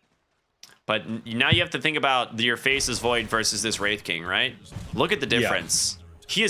He's 2,500 gold behind almost. And it's just going to keep getting worse, especially when this Deso comes online. Like, these heroes are just going to melt to this Wraith King. Yep, and that Deso is coming online soon. Just another, 700 gold. That one's going to be completed. He might change his mind and go for, like, a Blink Dagger BKB, but I do think the damage is big here. If he's not getting threatened, and he hasn't been, I don't think that he needs the BKB. They haven't popped his ultimate, like, a single time in this game. Man's been going to work here on the Wraith King. Timings are great. Sand King couldn't manage to slow him down. I gotta give credit where credit's due. Aeonid, he did do a decent job at slowing down this Faces Void's game. I was surprised. Yeah, and he's not that underfarmed himself. He's almost got his BKB, and this is really just like one of the main items you need on the Razor. Just get this early BKB, and then you can fight a lot more safely. Mm-hmm. Very nice. Aeonid's trying to catch up in farm right now himself, finishing up this BKB. Yeah. Where do you think this Faceless Void goes? Because he's got the Maelstrom. He has to go for this Manta right away, right? Yeah. He's gotta. I mean, you already got taken down twice by the Orchid on the Storm Spirit, right? The question is, like, do you just rush BKB, or do you want to go for the Manta? Manta's obviously a little greedier, but scales... Go for the Manta. I mean, it's got a lower cooldown than the BKB. It isn't going to get you out of any of these stuns, but I feel like it's not the stuns that you're super worried about. It is just going to be the Orchid. Top lane looks like they're eyeing this Razor, but don't end up finding him. Storm Spirit smoked up with the regen runes. He's looking to kill someone, and he's gonna find the Sand King. Well played there by 928 to get that vision, find that kill. Ends up handing it on over to Aeonid. And XCJ walks right into the Ogre Magi. They drop the Sentry and a rotation on over 928 with the Zap. They get themselves 2 more. Ooh. Very nice. Snapeye gets a deny off of the tower there. Steals that one right out from under the Wraith King. But yeah, you lose 2 heroes up in the top lane in Storm Spirit. He's just about done his BKB. He's managed to complete this Orchid, not taking a single death from the Quap's Orchid. He's only 100 gold away now. I mean, that's huge, right? Like, this is this is a very good performance from the Storm Spirit. All right, check this out. We're almost at 18 minutes. Ogre Magi is going to pick up this bounty rune, and then Storm Spirit's going to finish the gold for his BKB while he leaves the base. No, please, you had to have run the numbers. All right, yeah, Storm pings it out. He ran the numbers. Rain didn't. He's There like, you go. thank you, sir. I have BKB now. Bottom lane, 928's got Sakuchi. He's trying to find these heroes. D-Stones instead already TPing out here in the trees, so 928 will not be able to find him. You have a real Wraith King problem right now. I think it becomes a real problem once he's got this Blink Dagger online. Once he can jump your heroes and like get that initial crit off, you just die. I'm wondering if he like doesn't end up going the Blink Dagger, like instead, like if he just goes for like an AC or builds like another like fighting damage item. Flyby gonna be able to jump in on top of A unit. They drop everything on top of him, Chronosphere as well, and you take those kills. That is a stolen Burrow Strike. All right, so he's got one good ability, but getting the Razor there is probably like optimal for them. He just finished his BKB. He couldn't pop that, so they knew if they didn't use it there, he just activates his BKB and walks away, and all of a sudden they've wasted Epicenter. And then I think YBB started to turn things around on them. I mean, they've been looking to try and find a kill here for a bit, right? Like they eyeballed him in the top lane with the Epicenter. Queen of Pain was there, but you do need this Faceless Void's Chrono to secure it now that, you know, the heroes on YBB rounding out their BKBs. All right, Lou did go the Blink Dagger. Yeah, I mean, he wants to be able to jump heroes alongside his Storm Spirit, and you could probably just like two-shot. Storm trying to get on top of the Faceless Void, has BKB, but he has used all of his mana. But a Burrow Strike? Does he have Vortex to follow? They do. He pops the BKB. Telekinesis is there. They actually managed to finish the kill. Big Sonic Wave. Storm just going to TP on home. He's going to make it, but Rain not as lucky. Aided, rotating on the backside, and Lou comes in as well. Burrow, like the stun right into the Queen of Pain. The Centaur? Excuse me? It's enough! Oh my god! Let's go! He did that intentionally. He summoned the skeletons the moment after he blinked on the Queen of Pain through his stun, and then it became the three or more units that you needed for the Centaur to get the stun off. That looked intentional. Dude, I mean, that's definitely like, yep, definitely intentional. Yeah. Like, you never admit it, neither way. He wouldn't have taken the time to press Vampiric Spirits because he like missed out on an opportunity to get like an extra auto attack in there to get the Centaur stomp off. That's so funny. That was pretty dang good. Well, they end up managing to find a lot of really solid pickoffs in that fight. A 2 for 3, 2 supports for the Faceless Void, Queen of Pain, and Snapfire. You did commit your BKB on your Razor, but right into Roshan you go here on this Wraith King. Is again, the Armlet Deso does a lot of damage. He's going to go ahead and summon up these skeletons that can tank these for days. Not Razor. Razor's still got 9 charges. Oh, yeah. Storm. Just a Storm Spirit. Confused again. He plays a lot of Razor. Mormon-Kiss has come out, but again, they just commit the BKBs. They will grab the Aegis. A-Unit just walking in, but gets caught by a Burrow Strike and an Epicenter, forced to BKB as ensuring and walk away. They'll just disengage, take their prize. Yeah. Unfortunately, they have to probably sit back, wait to get back up to full HP and the BKBs to come off cooldown before they're able to take another fight. But they're not going to be keen to on Sparking Air Gaming, given that Epicenter is going to be on cooldown for that duration anyways. I think you just need to tank up right now on the Razor. That's what he's going to do. Rather than go for Refresh Orb that you see a lot of the time, he wants to go for the Aghanim Scepter, which gives you a little bit of extra bulk. The 200 HP from the Strength, 200 HP from the Aghanim Scepter itself. Sorry, it's only 175. Yeah, I'm a boomer. It's all right So now. that I way he forgive you. won't. Yeah, he won't die to just like the Epicenter and Burrow Strike, plus like maybe a couple other auto attacks anymore. He'll be able to survive, be reasonably high HP when he pops his BKB, unless they commit the Chronosphere as well. Lou's almost level 18 and will have the 60-second cooldown on his reincarnation. At that point, I think they're really going to bring the hurt on. So that and his BKB, I think, is the timing they're waiting for on YBB before pushing high ground. Yep, and that's their tier 2 tower. So it opens up the outpost, so XP lead going to start being further pushed here on the side of YBB, and they smoke up right away. They just want to head top lane here, it seems, and maybe try and find some heroes in their jungle. They will scout a courier, so they might be able to follow this one. Well, actually ends up turning around. Never mind.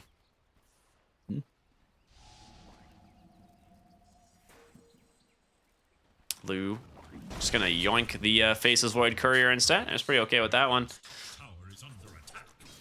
And he will turn his attention to the tier 1 tower top. It will give them a fortification. Bottom lane, Storm, he jumps all the way to the bottom to this Faceless Void. He's just dead. The Soul Burn? Oh, it doesn't kill him. He gets mech'd by Goku. Oh no, he is out of mana. Oh no, he's so far from home. He's gonna get TPs though. They have the outpost. Storm, yeah, they just pop the Mortimer Kisses. He's just getting bashed up. MS actually has to be a little bit careful here as the rest of the team comes in, and there's Lou, able to find the Faceless Void. The cookie comes out, but again, the Sonic Wave able to make enough space for Lou.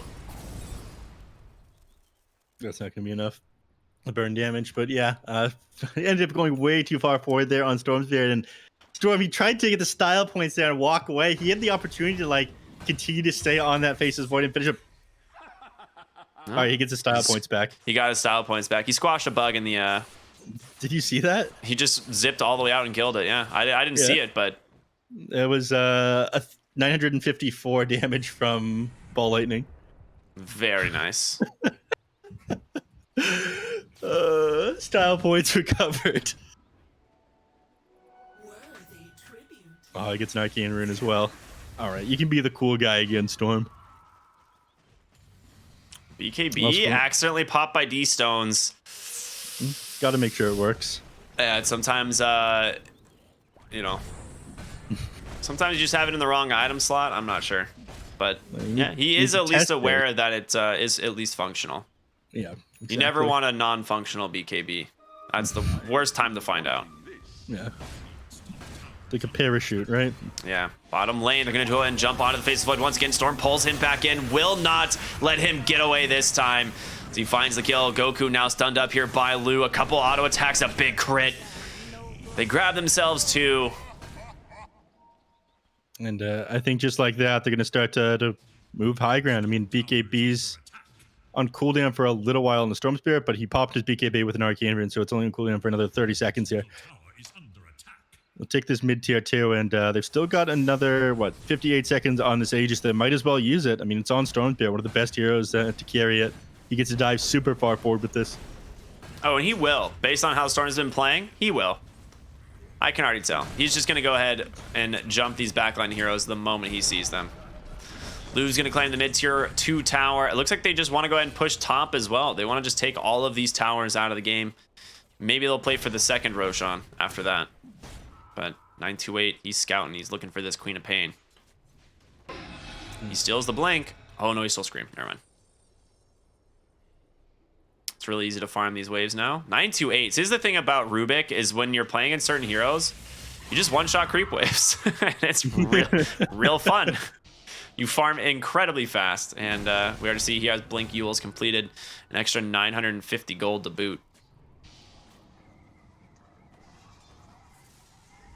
Ooh, XCJ walks right into the Wraith King. 1, 2. Gets the time lapse off, though.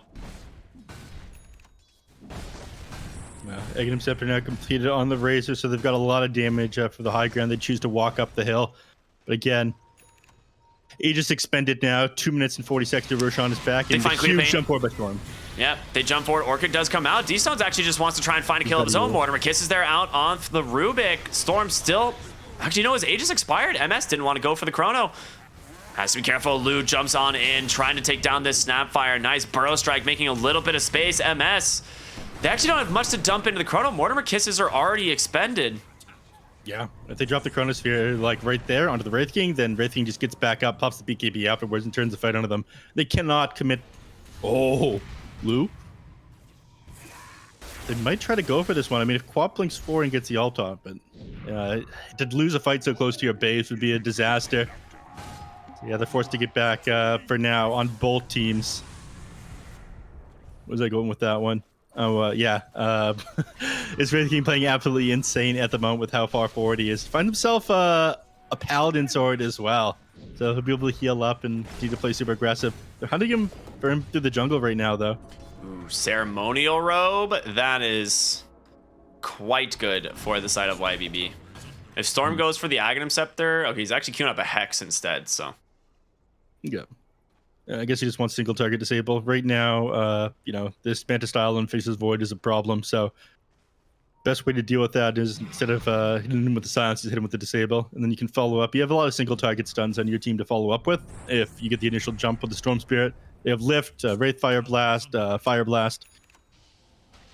And Aunid's not an easy kill anymore as well. Like, he's got the Dragon Scale, he's got a Plate Mail now completed, the Aghanim Scepter, so he's just sitting on about 2,700 HP. And what? Oh, where is this kill even at? Bottom lane. Oh, okay. Like 28 armor or something on the Razor, maybe more. Yeah. You got a Basher now. They're gonna find Snapfire. Did not expect the Mindbreaker there, but he also managed to find the Weaver as he was going for a D ward. So Storm gonna find him a second kill. 3 heroes now dead on the side of Sparking Arrow, and it looks like Neff, YBB are really starting to pull away here. A massive advantage that they have right now. I don't think that they'll push high ground until they have the second Aegis up. And Storm Spirit, he's still a little bit worried about getting hit by the Chronosphere because they can pump a lot of damage into it if they catch Storm Spirit out before he gets his BKB off with the Chrono. He also wants to finish off this Hex, so he's sitting on a little bit too much effective gold to really push your advantage. But their high ground push is coming soon. If you take this ultra late, you do have like a decent advantage with the Faceless Void, but I think all of your other heroes are starting to fall off. The problem is the Faceless Void's got to find space to farm, and he just isn't doing that. No, we're approaching double net worth between these two carries. 11k on the Faceless Void versus 20 on Wraith King. I should go ahead and smoke up. Hainid just managed to claim the top tower, and like we said, on his way to the Shiva's Guard. He's still pretty decently far away, but he's not an easy kill. They're heading bottom. You're gonna walk into Lu here. He's gonna pop the smoke. The question is, do they even want to commit on him? And it looks like they decide no.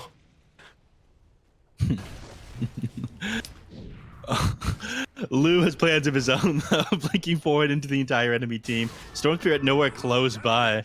That's who they're hoping to find, right? Just hoping to find Storm Spirit or something and set up with a Burrow Strike. Storm, he gets Arcane and DD. No way. Okay. Yeah, that's quite good. That's a great rune. It's good stuff for the Storm Spirit. Yeah, Rashawn gonna be up another 50 seconds now, so I think he's just gonna play around the pit until then. He's sending his courier out to get this Hex.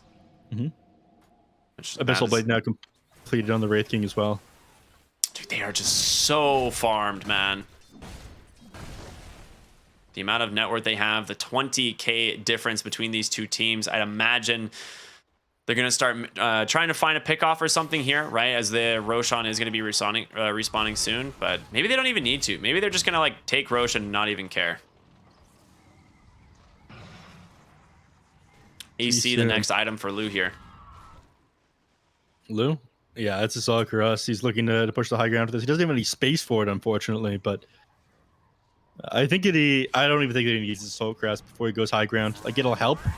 You dive towers and, take up the enemies trying to commit onto you, but not necessary. Oh, Roshan gets scouted, so they know. We're going to smoke up on Sparking Arrow here once again, trying to head into their triangle. Maybe they can punish Aunid. They're going to go. There's the epicenter. Comes out with the Mortimer Kisses, but he gets the BKB and will just TP home. Rain, the hero that they got next on their mind, and they will be able to take down the Ogre, but Lu is here, jumps in, tries to find D-Stones, ends up not wanting to use that Abyssal Blade. Burrow Strike on forward here from Flyby. He's got to be careful as now 928 manages to steal it, so. Yeah. A nice grab. Shiva's Guard now completed on the Razor as well. I think this was the last major item timing that they were working on. At this point, they're ready to fight. Yeah, absolutely. They have a gem picked up as well. They're going to toss that one on over to the Razor. The only thing we need to wait for now is the Ogre Magi to respawn. And then they'll be at full power, ready to take this Roshan and then push high ground after. Lu, level 24. Is a big number. Yes. Was Ryan Roshan summons the boys. He's going to get to work now, and he's got a lot of help sitting behind him. Aunid will be able to scout this Weaver, though, thanks to the gem. They're just going to continue to stand their ground here on the right side. In comes Rain. The Bloodlust comes out. Storm Spirit into the pit. Aegis and Shard on the deck here in just a matter of seconds. And it doesn't look like Sparking Arrow can contest in any capacity. So Storm going to grab the shard as well. Is his shard worth it? I think you give it to don't like, 928. Oh, 928 already has his shard. You don't like Electric Rave? What? It's not Electric Rave, is it? That's what it is. Oh, it is Electric Rave. You're right. It's like kind of slightly modified, but yeah. Oh, Storm. Oh, Hex, he finds the Queen of Pain. Onto the bottom side. The question is, can he actually kill them? Vortex, well done by the top side of the fight. They managed to lose the Rubik. D-Stones gets the BKB off, but Storm with a haste trying to chase after him. Doesn't have the vision. Fight split into 2 sections as A-Unit now trying to chase after more. Flyby up on the high ground. Will get the epicenter takedown. Rain Storm on the run. Has to be a little bit careful, but instead he just turns around onto the Weaver. A-Unit rotating in as well, trying to get his hands on top of this. He does grab it. Blink Dagger in 1 here for Luke. Gets on top of Flyby, but he goes in Viz. The gem comes in handy here as A-Unit able to close the gap, and another Hex from Storm will secure the 3rd kill now for the side of Sparking Arrow. Rough start to that one. The supports ended up getting separated from the core heroes on the side of YBB, but they found 3. They got to the Faces Board in the back. Now, before you get the Chronosphere off, Stormsphere TP's all the way back to base. I'm not big on that one, so this will slow down their push, but Lou, he's very confident with his reincarnation.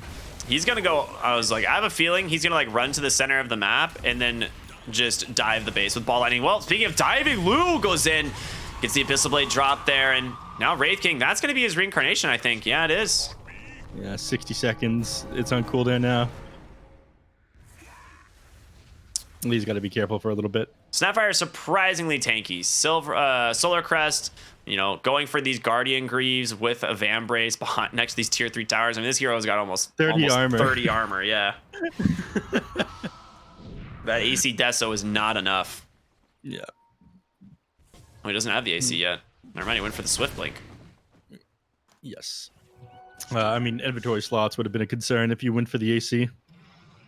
Would have had to replace one of your items. Maybe the phase boots, but the phase boots are giving you extra armor, which I think is important. Yeah, you probably drop Armlet eventually. Mm-hmm. I mean, I think now that you have Swift Blink, you definitely drop phase boots for another item, and you just replace AC with that because it's going to replace the armor component, right? And then late game, you drop the Armlet for something. I don't know what though. Divine, send it. Go Lou, get in there. Abyssal Blade down onto the Faceless Void. The jump in, they get the Hex, the mech, not enough to save him. 60 seconds without buyback. Now looking for it, bashed up on the Queen of Pain. Can he find the kill? The Electric Rave, like you were talking about. D-Stones, he doesn't get the blink in time. Storm Spirit, his age is gonna be spent, but Lou just diving the base here all the way to the tier 3. Past the tier 3s to the tier 4s. Another bash, he gets the kill. Storm, Rubik, stolen Mortimer Kisses. I've never seen this thing, is so cool. He's throwing cubes. He's throwing cubes, baby. And Storm snipes the Weaver at the fountain entrance. YBB. Forcing a game 3, baby.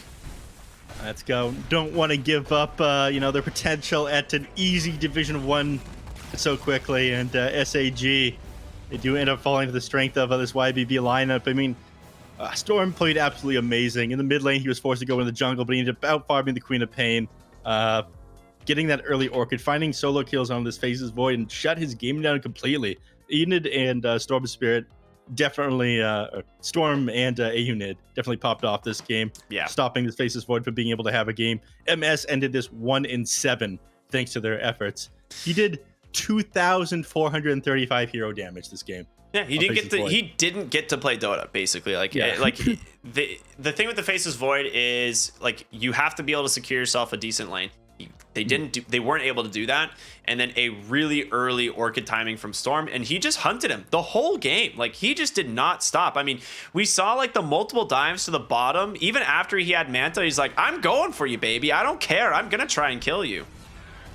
Just itemized that completely for that to get the BKB to deal with Quaff's Orchid and stun coming up from the enemies, but definitely did their job. Realizing the MS is going to be the biggest problem. If they can stop him from finding farm, then it's going to be fairly easy as everyone's going to fall off. But go over some highlights real quick here.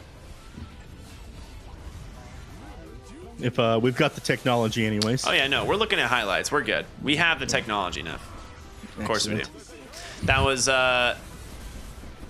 it's just so many Orchid plays from Storm here. Like in these mid games, like They just did not have an answer to it, right? They did not get their BKBs early enough. They did not get the Manta early enough on the Faceless Void, and it's just over and over. In this fight, it looked like it was going to be a disaster for YBB, but they end up salvaging it. The chain stun here, the BKB comes out from Storm. Show me that Centaur. Show me the Centaur play. Dude, I really hope we see the Centaur play. We're going to see it. Watch, he takes a moment to summon the skeletons, and then there's the stomp. He didn't need to take a moment to summon the skeletons, but he did. He could have done that before he blinked in. Pretty wild.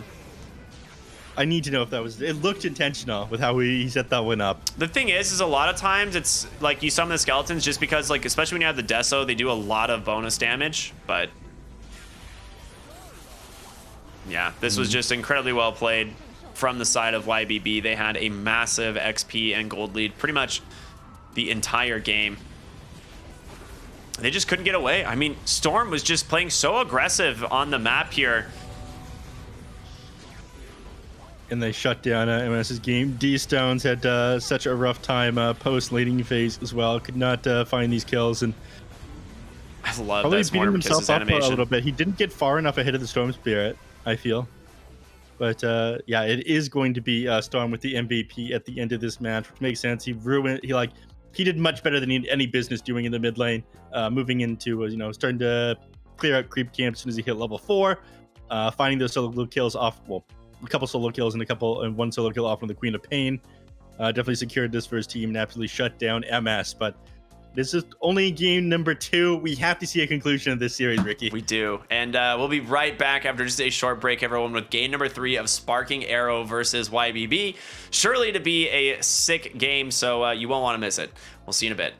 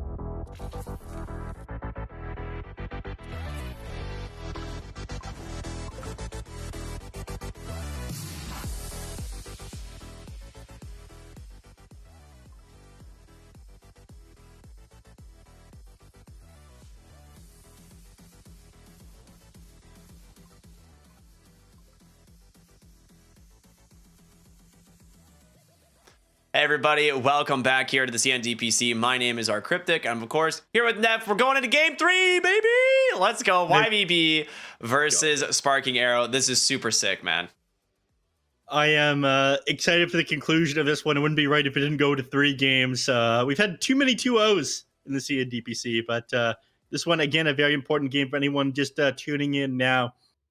If Sparking Arrow Gaming wins this and their game tomorrow, they could potentially force a four-way tiebreaker for first place. But there's a lot of different ways this could all go down depending on these next couple of matches. Nothing is set in stone, and there are a lot of very competitive teams left.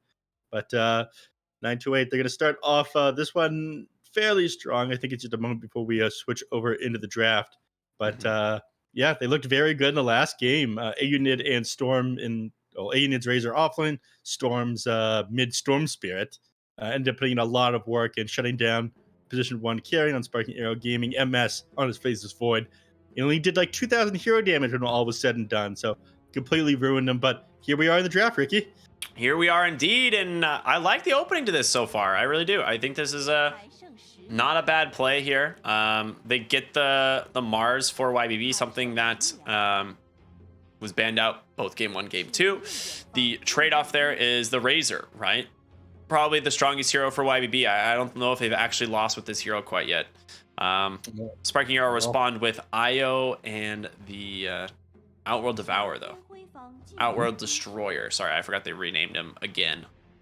Yeah. He's got a little bit more popular post-TI. People tend to just rush the Meteor Hammer on him, give him ability to farm a little bit faster when you drop that on camps and creep waves. Does a lot of damage to towers, obviously, and you have solo kill potential when you astral imprisonment somebody, drop the Meteor Hammer. They pretty much just die after that. It is way too much damage. And it helps with the IO as well. You can pump out a lot with that tether, with the overcharge. You can take Roshan very quickly with this as well. So a decent way to start out their draft. But on the other side, we see 9-8 return to his bug hero origins. He does, yeah, and he loves his Nyx Assassin. He has done incredible stuff on this hero so far in the tournament. Not only just like finding kills, but putting himself in between between the enemies and his cores, right? He's done a really good job at tanking ganks. Not as easy as it sounds. Scouting the enemies out with enough space in between him and the enemy team that your allies are able to get away, and you should have a lot of kill potential here between the Mars and the Nyx Assassin. So I'm excited to see him on Nyx again. He accomplishes a lot with scouting and vision. I'm excited to see AUNID on this Mars and go for a lot of single target damage here on Sparking Arrow Gaming. So hopefully they fix that with the next couple of picks. But YBB, they're going to take a moment to figure out exactly what they want to do with this draft and how they're going to counter out the OD and Bane. You have a couple of options. The biggest being, BKB carriers or silences. We saw Paparazzi just yesterday completely shut down OD, who was having a pretty good game just by getting like the Orchid off into him every time he initiated in a team fight. But that did not look like it was an easy thing to do. Yeah, I mean, not at all, really. Oh, there we go. third pick, and it's gonna be the Ogre Magi. So another hero that just kind of seems like a staple as far as fives go. Same with Bane, right? A lot of teams just kind of favor them. The Bloodlust, very strong at amplifying their heroes. He's so boring though. He kind of is, but Ignite is busted, man. That ability does a lot of damage. Bat Rider for Storm though. This is scary. Yeah, less boring for sure. You don't have an easy time finding kills onto the OD, unfortunately, especially if this Bat Rider is going to be run as the mid laner, which I imagine it is. I don't think that you'll like mix it up and put Mars in the mid lane and Bat into the off lane. But anytime he tries to step up on you, he's just going to drop that Astral Imprisonment, walk away. It's hard to find kills when you're playing against. Oh, very nice. It's hard to find kills on Bat when you're playing against the Bane as well, because Bane's just able to TP and drop the Nightmare onto you, and it kind of ruins any sort of aggression that you previously have. They go Juggernaut next here, which is going to do solid against both the Mars and the Bat Rider. You struggle to get the Omni Slash off onto the Mars though, just because of how Bulwark works. But if he can't spear you away, if he can't trap you inside the arena because you have this Blade Fury to fall back on, it makes the Mars's lane much more difficult. So I really like what they've responded with here on the side of Sparking Arrow. It is just one of those classic kind of matchups into the Mars, right? It's safe. Mm-hmm. You're not worried about it, so why not just grab it? It's not underwhelming as the game goes on, like Lifestealer is. You usually don't like the Juggernaut, though. I think it's probably grown on you a little bit over this season because we've seen it having a little bit more success. But you mentioned at the start that you think it's a little bit underwhelming when you don't have a buff for it, like Ogre or providing the Invoker or something. Yeah, Alacrity, Empower, Bloodlust, anything like that. Do you still feel that way? Yeah, I think it's still kind of an important deal. I think this meta really focuses around these types of like buffing your core metas, and there's certain cores that benefit a lot from it. So just kind of depends. I think Medusa is really strong for that reason. It's why we've been seeing her picked up a lot more recently, right? Just because you just chop a Bloodlust on her, give her an Alacrity or something, Solar Crest, like all these different items and abilities that make them strong. Wow. They're thinking about the carries that are best matched up against the Juggernaut here. They get rid of the TA, who's got a lot of burst damage. And they've run that one before. They get rid of the Terrorblade as well, who I feel like Juggernaut just cannot fight into. Did you just take the Faceless Void? It's something that got shot down super hard last game, but it is one of the best carry matchups into a Faceless Void.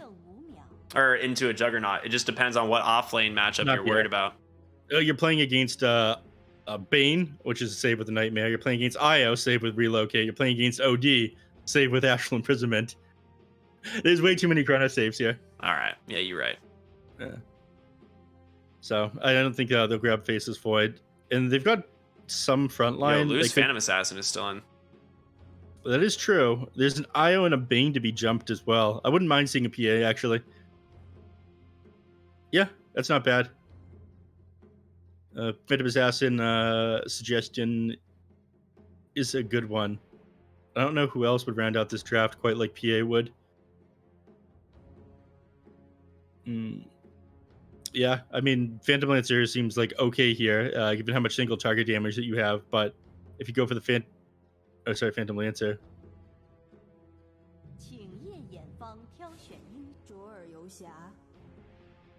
Okay. Wait, why is it? Yeah, I was like, why is it not loading up there? All right, there we go. Yeah, there was a little bit of delay on that one. I wasn't sure what exactly happened, but the Drow Ranger ends up being the last pick. I'm not crazy about that one. I mean, you've got okay frontline. It's going to be hard to get past the Nyx Assassin, the Bat Rider, and the Mars to get on top of the Drow. You can pump out a lot of damage, but I do feel like it's very safe though better. Is the thing. Yeah, this is what I look at it. It's like, think about the sniper from game one, right? None of these heroes are going to walk up on you outside of a relocate, and you can just gust it. So it's really not that easy to catch this drought. And it is strong into what almost any offlaner that's left, right? There's not a lot of offlaners left. Yeah, but I feel like the Draw Ranger is decent even against like the Tide Hunter and the Slardar. But you banned both those heroes out before you picked up this Drow. Yeah. Like, I don't think you care too much about the Slardar or the Tide if you're playing a ranged hero. It's melees that you have to be super concerned about with that one. So I was not expecting Drow here. Yeah. What if they take the OD off lane here and pick a new mid matchup into the Bat Rider? I mean, I think OD's a fine mid matchup in a Bat Rider. Yeah, but OD does really well against the Drow is why. Let's go. Maybe not with IO though is the thing. This IO OD offlane feels weak to me because it's your only goal is would be to sustain, right? So I feel like you have to pick something that can actually find and play aggressive with the IO. Yeah. I mean, we've seen OD offlane before this tournament. The other game that I mentioned, I thought it was a Quap offlane. It was an OD there instead. That was the match ID a moment ago. There it is. It was Astra Ares who ran it in the offlane. But instead, they're going to run the Pango in the offlane. Yeah, you've got Disarm, you got good Disable, you can play around the arena. Flyby is also very good at Pango. So that's how they're going to round this one off. I can't say that I'm crazy about either lineup. I really don't like this Drow Ranger, though. I'm concerned that they'd go for it here, but maybe they're super sick Drow players. I just think this hero is a bit weak. The only time I like seeing it grab is in lineups with like Templar Assassin playing from the mid, and like TA is the real carry in that situation. Yeah, it is, right? And I'm a little like I feel what you're saying. I get it. I'm a believer though. I think this Drow Ranger is going to do fine.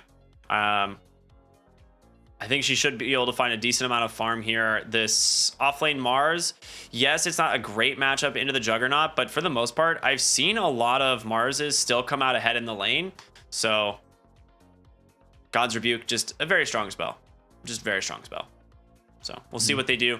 But in general, should be a really fun game number 3 here. The winner of this... Is the Juggernaut set? Oh, yeah, I know. I interrupted you, sorry. Well, people haven't seen it yet, unfortunately. But yeah, this was a super cool set. The Hyperstone set, I think is what I call it, but I don't remember. I apologize for interrupting you, Ricky. Please continue. Oh, no, I totally forgot what I was even saying, so you're good. I am the worst. I am the worst. Was I talking about anything, Neff? I have no idea. You were going up to the teams and the importance of the match. And oh, yes. This is a super important game. Both teams really need to get the win here. If YBB wins this, they are almost guaranteed promotion in the DPC. But if Sparking Arrow Gaming wins this, they could force up to a 4-way tiebreaker for first place. So very important game. Super excited. And we're just going to go right into it, everyone. Without any delay here. We have game 3, YBB versus Sparking Arrow Gaming. All right, let's get the show on the road. Both teams sitting on top of the hills in the mid lane here. I've talked about this one enough in the previous years. I want to talk about instead is, I guess, people starting items and how these lane matchups are going to go. 928 starting with a Windlice here on his Nick Assassin. So he's obviously just going to be playing with the creep waves. He's got himself a Sentry Ward as well, so probably just going to block the pole.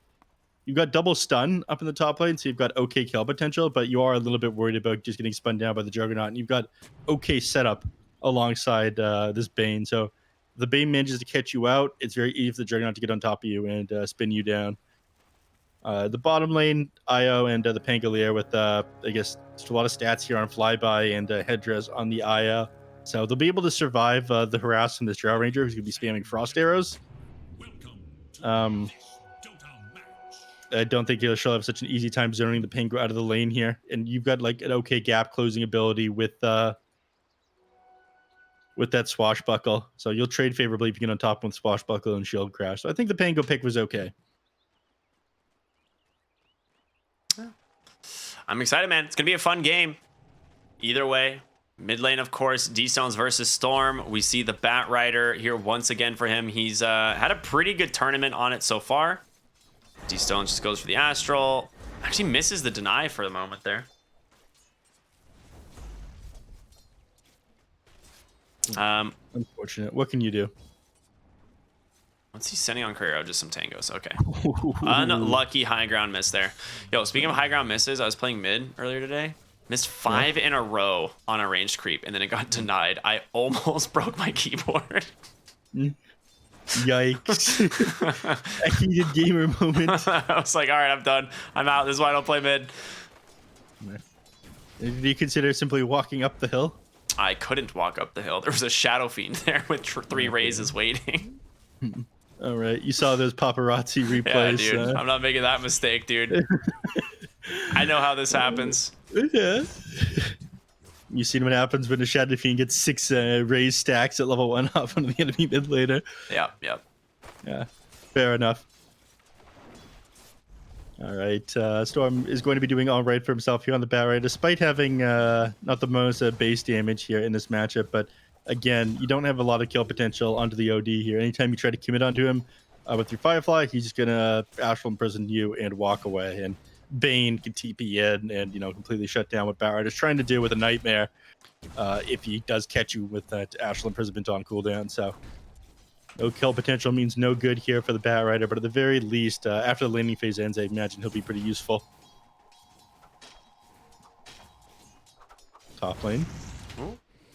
Yeah, we're gonna go on to 928 here. That should be first play with a Blade Fury, and it goes the way of MS's Juggernaut. It denies a creep real quick on the way out, but that's something you do have to be careful of as the Nyx here, is there's not really a counter to like just getting caught by the Nightmare into a Blade Fury, and it's just going to be a lot more difficult once these boots come out for the Juggernaut, which he buys them up right away. Yeah. His courier's got to finish coming back to base before it comes out to him again, but once you have 2 points in spin, lane becomes pretty hard. Bane is already out of mana, but he's got 2 mangoes and a magic stick, so he's going to be able to just turn on these people and hold him in place after MS gaps the distance. He's not looking to have a bad lane again. No, MS, he was in a rough situation last game. In this game, he wants to do it to his enemies. Yeah, I imagine he'll come out of the laning phase with more hero damage than he did in total last game. Yeah, probably, actually. Yeah.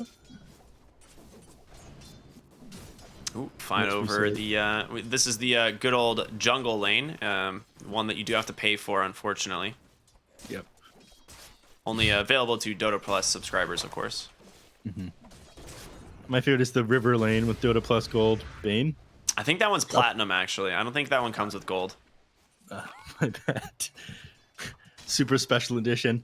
Yeah. Now, Bane was trying to sit on like as low mana as possible, so Nick Assassin wouldn't have anything to drain. He put his second point into mana burn here because his Spike Carapace isn't going to be useful against the Juggernaut in this lane. So instead of just drain his mana, man. He doesn't have the mana for the Nightmare. He will now. He's just gonna go ahead and toggle that one over. And level 2 Blade Fury. Ooh, he doesn't get the spear out in time. And 928 gonna go down here once again. Unsurprising. I'm surprised he didn't just spam the mana burn like off of cooldown to the Bane whenever he had mana, because he wants to stop him from being able to like use his Nightmare plus Brain Sap. He was forced to pop 2 mangoes there on Bane though. Yeah, really good start to the lane here for MS, as expected on the Juggernaut.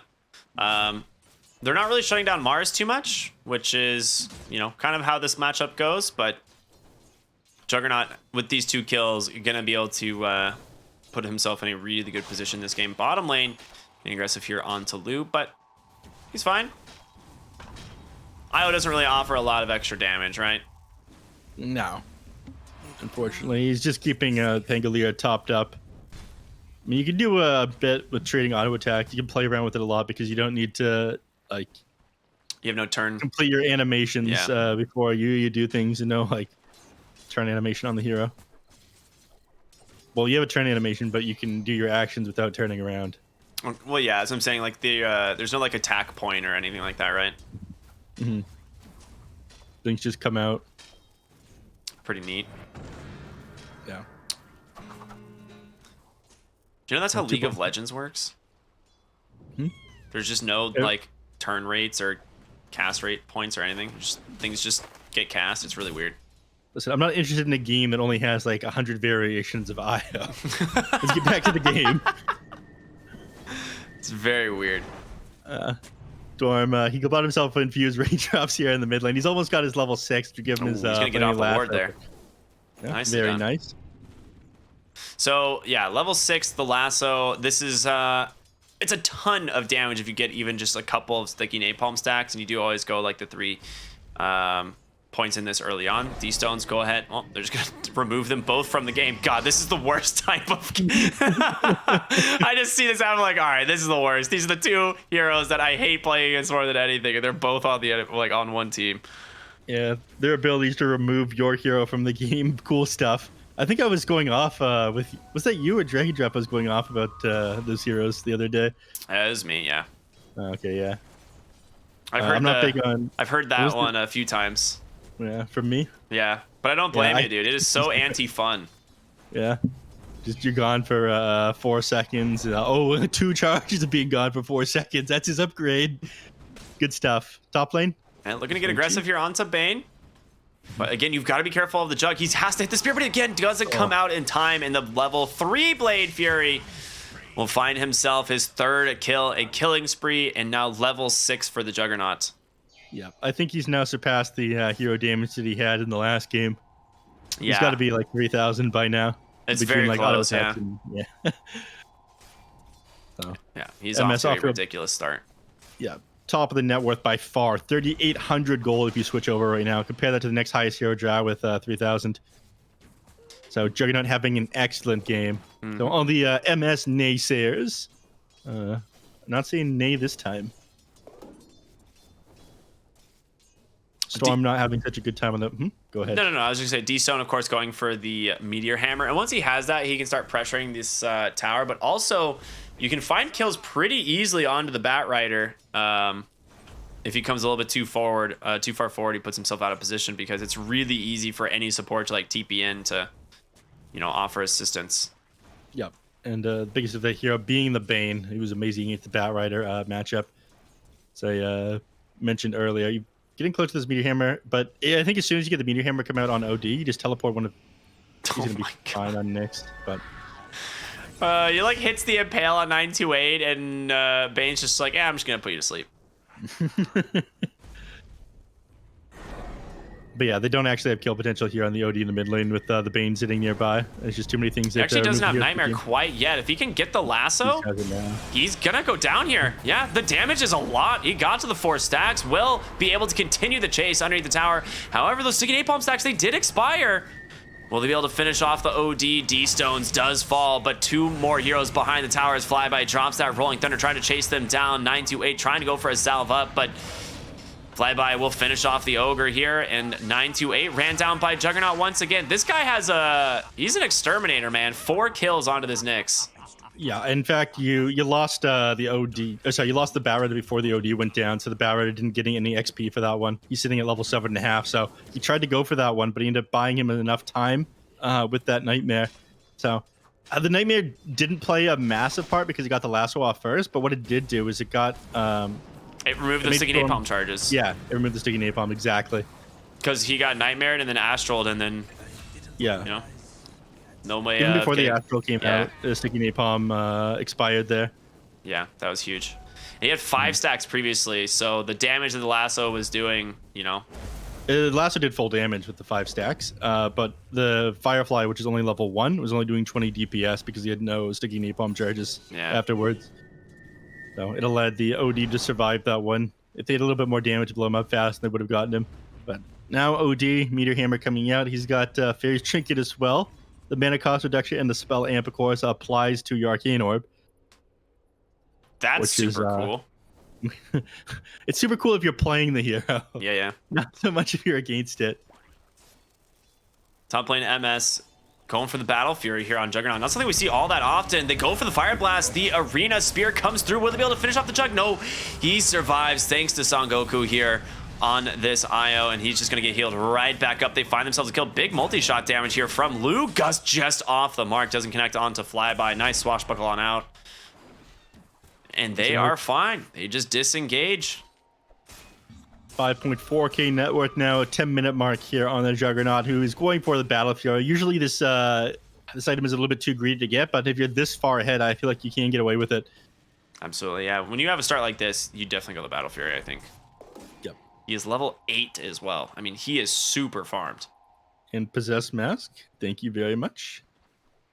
extra agility and lifesteal. The IO doesn't necessarily have to play beside him anymore. Well, we're going for a relocate into the bottom lane. Nightmare out onto the Bane, or out onto Ogre, but they turn around with a stun, and now Goku's actually behind the tower. If they can somehow kill this IO, they get the split. Do they have the lasso, though, to get on top of MS? He doesn't make it in time. Yeah, they had to do it that way, though. The IO had to go down first. Yeah, otherwise he just reload, right? Relocate the Juggernaut back out. Yeah, exactly. Even though the Juggernaut was the more important target, the more important target was actually the IO. Storm smoked back to the mid lane. The Nyx Assassin going to use this time to place a pretty nice ward. Try and get some vision here in the triangle. Yeah. All right. D-Stones, he's... They're going for the drow. Oh. Are they? Nope, going to the triangle. They're smoked up here. Who are they going to find? It's going to be the Nyx. And an instant Fiend's Rip here from the Bane. They'll be able to find themselves another kill. Man, 928 is having a rough game on the Nyx Assassin. 0 and 5 now. Spirit Vessel is almost done on the Pango, though. Honestly, that's not so bad. They move over there to try and, like, I think de-ward the triangle and potentially find the kill on the Drow Ranger. But Drow Ranger doesn't go down there because you lose 928. This is what we actually liked about him. He's dying more than I thought he would. And, like, the deaths in the top lane were, like, unnecessary and not good deaths. But that one wasn't so bad because you keep Lou alive for it. Bottom lane. They have their eyes on the Juggernaut again, but the combo wasn't enough damage last time, and now with Goku here as well, no chance. All right. Aenid, he's working on his Blink Dagger now, which is going to be somewhat helpful, but again, you have a lot of abilities to get out of the arena. Pangolier is able to swashbuckle or shield crash out of it. Juggernaut can just spin away. I think OD, working on a Blink Dagger as well, which will get him out of the Mars arena. So once he has this one, he can catch out like the IO and the Bane, but that's going to be pretty much it. Lou's not going to be able to keep up with this Juggernaut and farm either. With this guy, his farm getting accelerated from this Battle Fairy, from this IO who's spamming, to overcharge on him. So you got to make moves on YBB, otherwise you're going to fall behind. Also known as schmoves. You gotta get those. Schmoves. You've got to really start making some schmoves here. Lou is doing all right though on the draw. I mean, this is surprising. Come on, man. What do you mean surprising? Like I don't know. You weren't a believer in the Drow safe lane early on, I said it was going to be okay. Like, he was going to farm pretty decently. But with how, like, aggressive Sparking Arrow has been around the map, they haven't been able to find Lou. And that's, I think, that's the surprising part. Yeah. But they usually have decent vision coverage beside Lou, or they're having a hero stand either beside him or behind him. Flyby's the only hero up in the top lane, and Rain can just, like, walk forward, get the stun off of somebody, and allow Lou to get away. Got decent movement speed as well with the Yasha, with the power treads and Pig Pole as well. Rolling Thunder top lane. Flyby's gonna find a unit who tried to blink behind the tower. The blink reveal not gonna really net you anything there. He was like, yeah, I'm gonna find this Pango, go for that spear, and he's like, wait a minute, he's already used Rolling Thunder. Yeah. Oh god. Oh, that was a 5-man rotation up there, but again, the Juggernaut went up with the IO, so he's gonna be able to go right back up to the other side of the map again and farm this the creep, or the ancient stack, and the bottom lane, which is being shoved in now. This game's slower than I would like at the moment, but I think SAG, they're happy to stall this out until at least Juggernaut has done his second item after his Battle Fury. Yeah, I mean, this Battle Fury is not really the standard item that you see on a lot of heroes or a lot of Juggernaut builds, but like we said, in a game where you're this far ahead, there's really no reason not to go for it. I think they scouted the Ogre TP. Yes, they do. He drops a ward, stuns out onto the IO. Storm on the backside. They find the Juggernaut. That's the big one. He's going to go for the Blade Fury, but Storm's still holding this lasso. The question is, will he be able to find the kill? And he grabs him, pulls him right back into the multi-shot from the Drow. Double kill goes the way of Lou, and that is how you get your Drow back into this game. Or not really back into this game, but I guess further ahead. Yeah. Juggernaut down for, like, what, 30 seconds here. This will give Jarvan the opportunity to farm a little bit of an advantage. It looked like the Battlerider was going to give up there, that he couldn't catch the Juggernaut because of those phase boots, but he did wrap around there on the Nyx Assassin, getting the stun off onto him. So good positioning there by 928. Looks like you're gonna lose not Rain so good here. positioning by Rain. They get D-stones at the same time, though. I mean, you're okay with that then. Losing him bottom, the Arena Spear mid lane, that's the Blink combo that we were talking about was missing. But, come on, do it. All right, never mind. Doesn't want to dive the tower. I thought he was trying to Spike get Carapace the ball or something. Yeah. That would have been cool. But he didn't want to dive that one. Son Goku was aware of it because he pulled the balls back in the first time that he was trying to line that one up. But once he was close to the tower, he let him go Wait again. a minute. Yeah. I can die to this. So, Storm on his way back to the base. It looks like he's just going to go heal up and then move towards that BKB here. Very close game now. Just about a 1,000 gold lead here for the sign of Sparking Arrow. The Juggernaut obviously still very farmed at the top of the net worth spot, but the rest of the cores aren't that far behind anymore.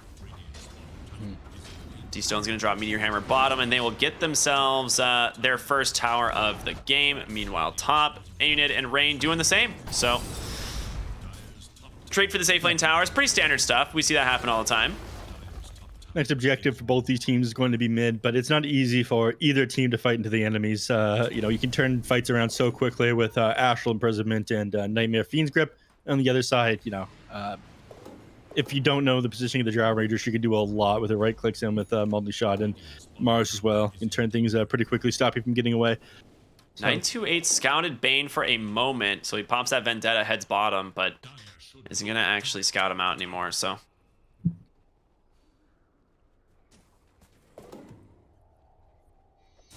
They slow down a little bit, and yeah, neither team wants to go for any objectives when they don't know where the enemies are, so just playing as far away from their opponents as possible. They're going to smoke up right now, actually, on the Sparking Arrow game. Completely contest what I just said, even though they don't have the BKB done on the OD. We'll see if they get punished for this. Meteor Hammer drop in the mid lane. They are going to go ahead and... Oh,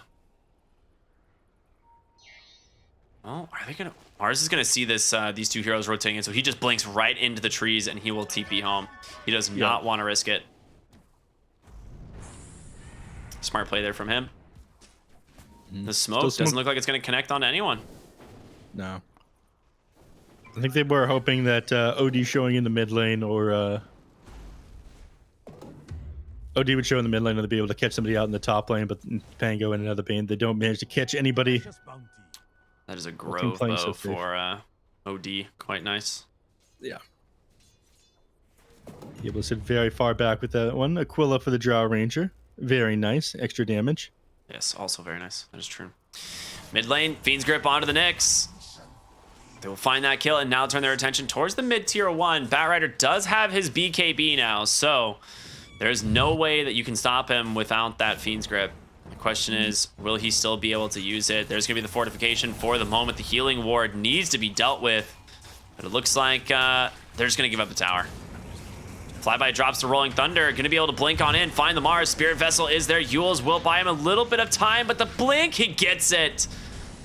Very nice timing. And now, Storm debating on trying to chase here, but it is not easy. No, you don't want to waste your BKB, then have them turn things around on you, so... Looks like they did get out after grabbing that mid-tier 1 tower. They see Drow Ranger. Does Flame Break interrupt reload? No. It doesn't, right? It'd have to be a stun or something. Yeah. Yeah, it's just force movement. You need a stun or a silence to interrupt the relocate.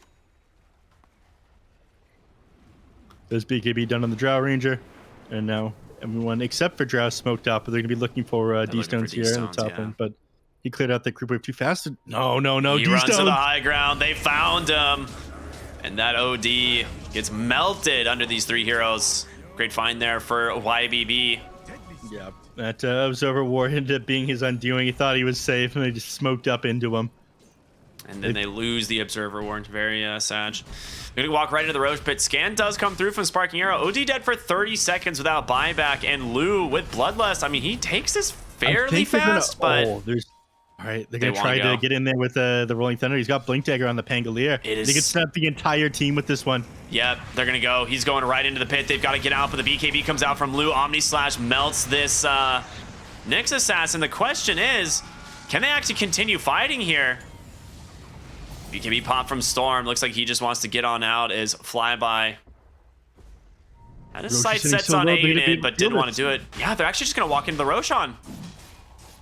Oh no. Handed This right is a back over to disaster. Sparking Arrow instead, and Juggernaut's going to grab the Aegis. Yeah, if you could have interrupted that, the Pangos like jump in there. I mean, that Blink Dagger and Rolling Thunder came out. It was so timely there. It was absolutely necessary for them to be able to take that team fight. Without that, there's just no way they're able to contest the Roshan. So nice play, recognizing they need to get over there ASAP. I thought, in fact, they might relocate in with the Pango and the IO, but that would have been absolutely insane.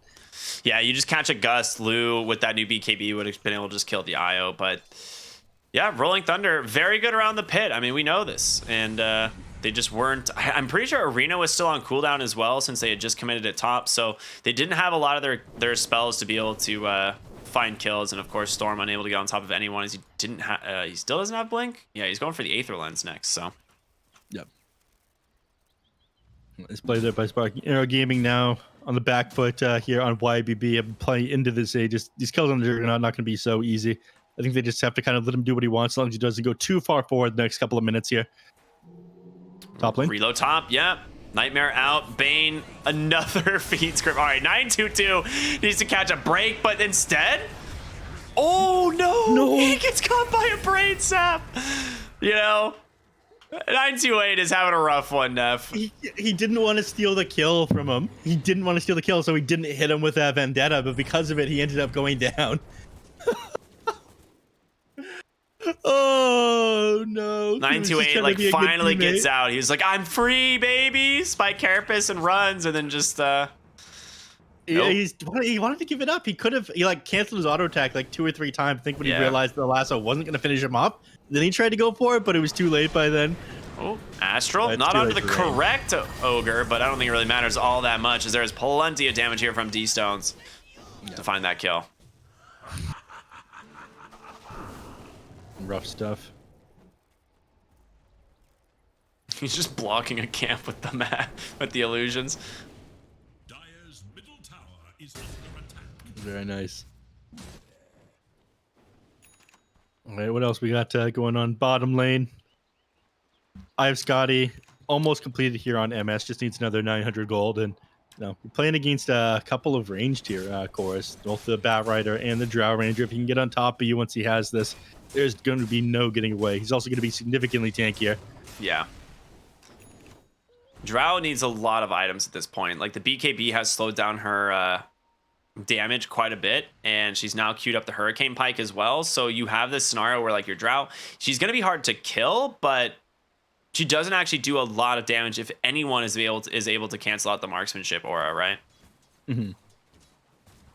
So it's just a matter of staying on top of the Drow Ranger. A disabled marksmanship then should be fairly easy for SAG.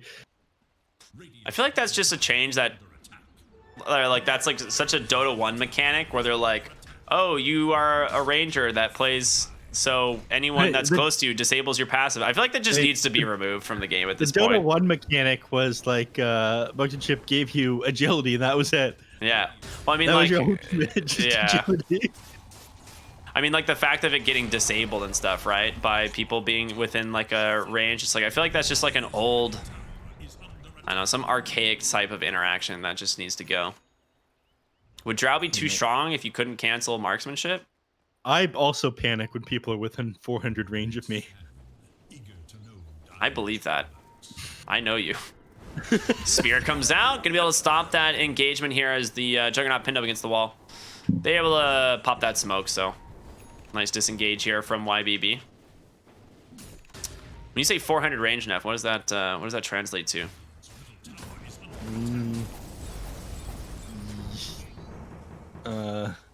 Probably. Ooh, Arena Spear. They find the IO. That's the big target to initiate on, but he's got the healing ward beside him, and Bane able to put this Nyx Assassin to sleep. Lasso is going to catch onto the OT, but again, they haven't killed the healing ward. It's just topping them all off. A-Unit in so much trouble. D-Stones will just use that BKB to finish him off. They grab the IO. Ogre Magi trying to hobble away back into base, but it's not enough. 3 heroes die. I mean, your 2 biggest cores are still standing. You've still got Drow Ranger and the Bat Rider, but these 2 heroes aren't going to be able to do anything by themselves. I think they're just going to be able to whittle away at the tower here. Yeah, the Meteor Hammer as well. Very easy to do.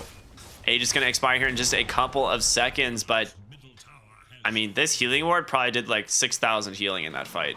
Like because the Bat Rider by himself did like 5,400 hero damage there, but honestly, it felt like nothing.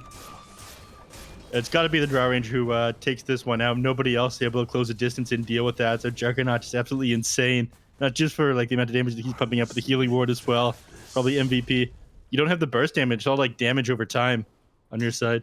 Yeah, I'm surprised he didn't go the healing ward cooldown though. Isn't that like one of the normal talents that a lot of people take?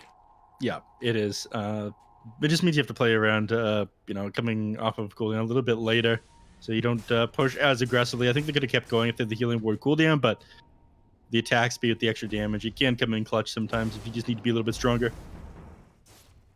Mid lane, they get the D ward there, but still a little bit afraid as the Juggernaut is very strong and very scary. Level 17, almost at level 3 Omni Slash. And D-Stone's on his way to a Lincoln Sphere. I mean, Nimbus doesn't have the Aegis anymore, so they could try to find the kill option. They need to do something. They've given up too much of the map, and they're going to fall behind in XP pretty heavily if they don't control either of these outposts.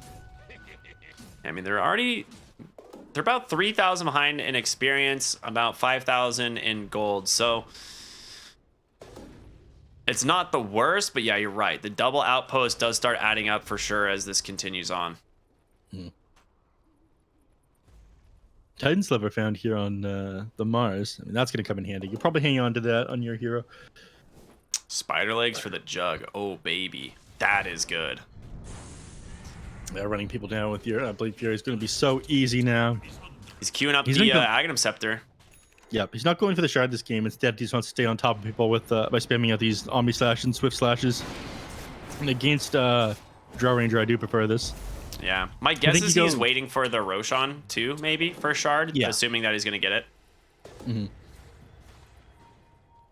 They scout the next assassin. He's going to try and TP out, and he's going to be successful. Unable to make it there in time on D-Stones for that Astral. Yeah.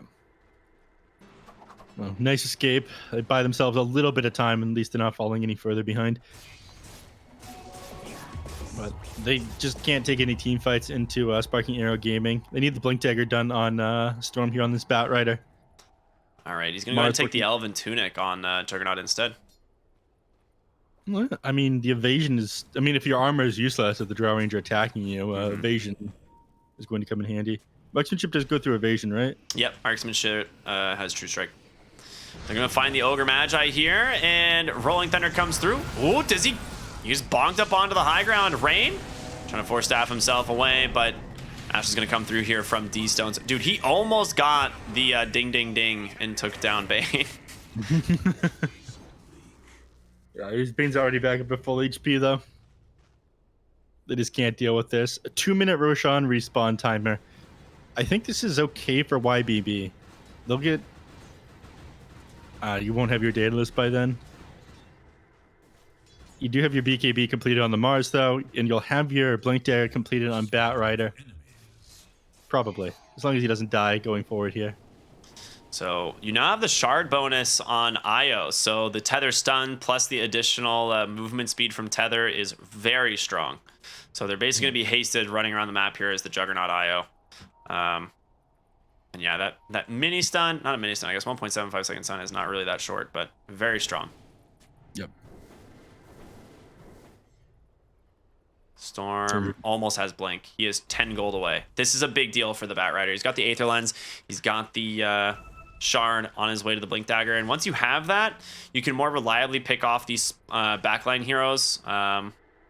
Or even just like... robe. It's like the best item for him as well. Did he found a ceremonial robe?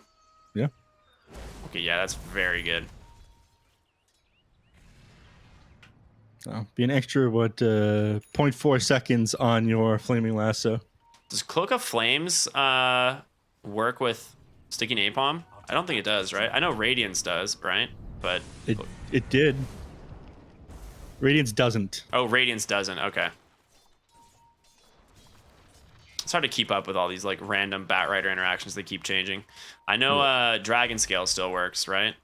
Or did they remove that one too? Dragon Scale? I think that one works. Okay.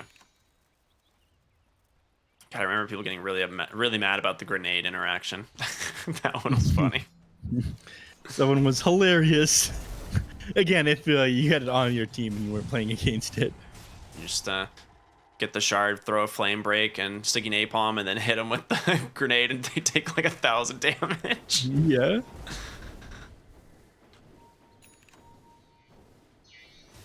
They're smoked up here on the side of YBB, trying to find anything to get on top of. MS does have that Aghanim Scepter done. They're going to smoke up themselves here. Storm pops it and just blinks right out. So he knows. He's not looking to get switch flashed. Yeah, he's a little bit afraid there. Like CJ can walk up to the high ground, but there's a sentry there to scout up an arena.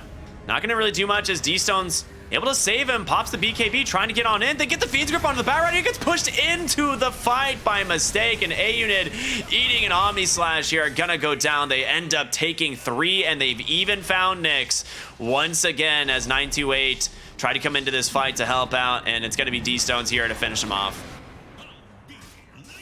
4 heroes down. The Bat Rider just could not get his initiation and caught out by the Fiend's Grip. Pushed forward by that Rolling Thunder, right? No, I think it was a mistake. I'm pretty sure Ogre force staffed him. Oh no! I think Ogre tried to force staff him, and he ended up going into the fight by mistake. I had my camera elsewhere in the middle of that fight, so I didn't see what pushed him so far forward. But yeah, he is way too far forward there. And getting caught out by Fiend's Grip and could not get that Flaming Lasso off. Blink Dagger ends up being for nothing, and they have no buyback right now on the Mars or the Bat Rider, so they'll be able to set up around these tier 3 towers at the very least before these heroes respawn. They can just sit on top of the high ground and not let them approach them. Yeah, and the Flak not gonna be able to clean up the wave here. Drow gonna try and clean it up here with the multi-shot, but I think they just go back in. I mean, I would think so, but it looks like they're a little bit afraid to. They are. They don't want to risk going high ground here against the Drow. Bizarre choice. I mean, Mars Arena was still on cooldown for a little bit, but with the tier 3 cleaned up, they can go for that Rax afterwards. And maybe they'll look to take Mega Creeps in one swoop here. They still need to take the tier 1 and tier 2 in the top lane. I'm just not sure what item it is that they're waiting for on the side. Yeah, of, that's the what I'm Dire. looking at. I'm clicking at all these heroes. I'm like, what item do they need? I mean, Juggernaut's sitting on 4,000 gold. I think you go Blink Dagger, right? Like you just go the Swift Blink. Yeah. With this build. Yeah, because you want to be able to sit on top of the Drow Ranger, get him on the back. Mars. Yoinks the Bounty Rune, gets the blink out. D-Stone's on his way to a Hex, finished up the Lincolns. Yeah, I feel like they've got everything they need. Looks like they're just going to go ahead and slow push the top lane now. Take down the tier 1 and eventually the tier 2 so that all 3 lanes are exposed. Yeah, sitting on 5,000 gold now. It's going to take a little while for them to shove in the top lane, though. D-Stone's clearing out the wave behind them. But they'll take control of the triangle in the meantime. On the other side, again, they were working on this...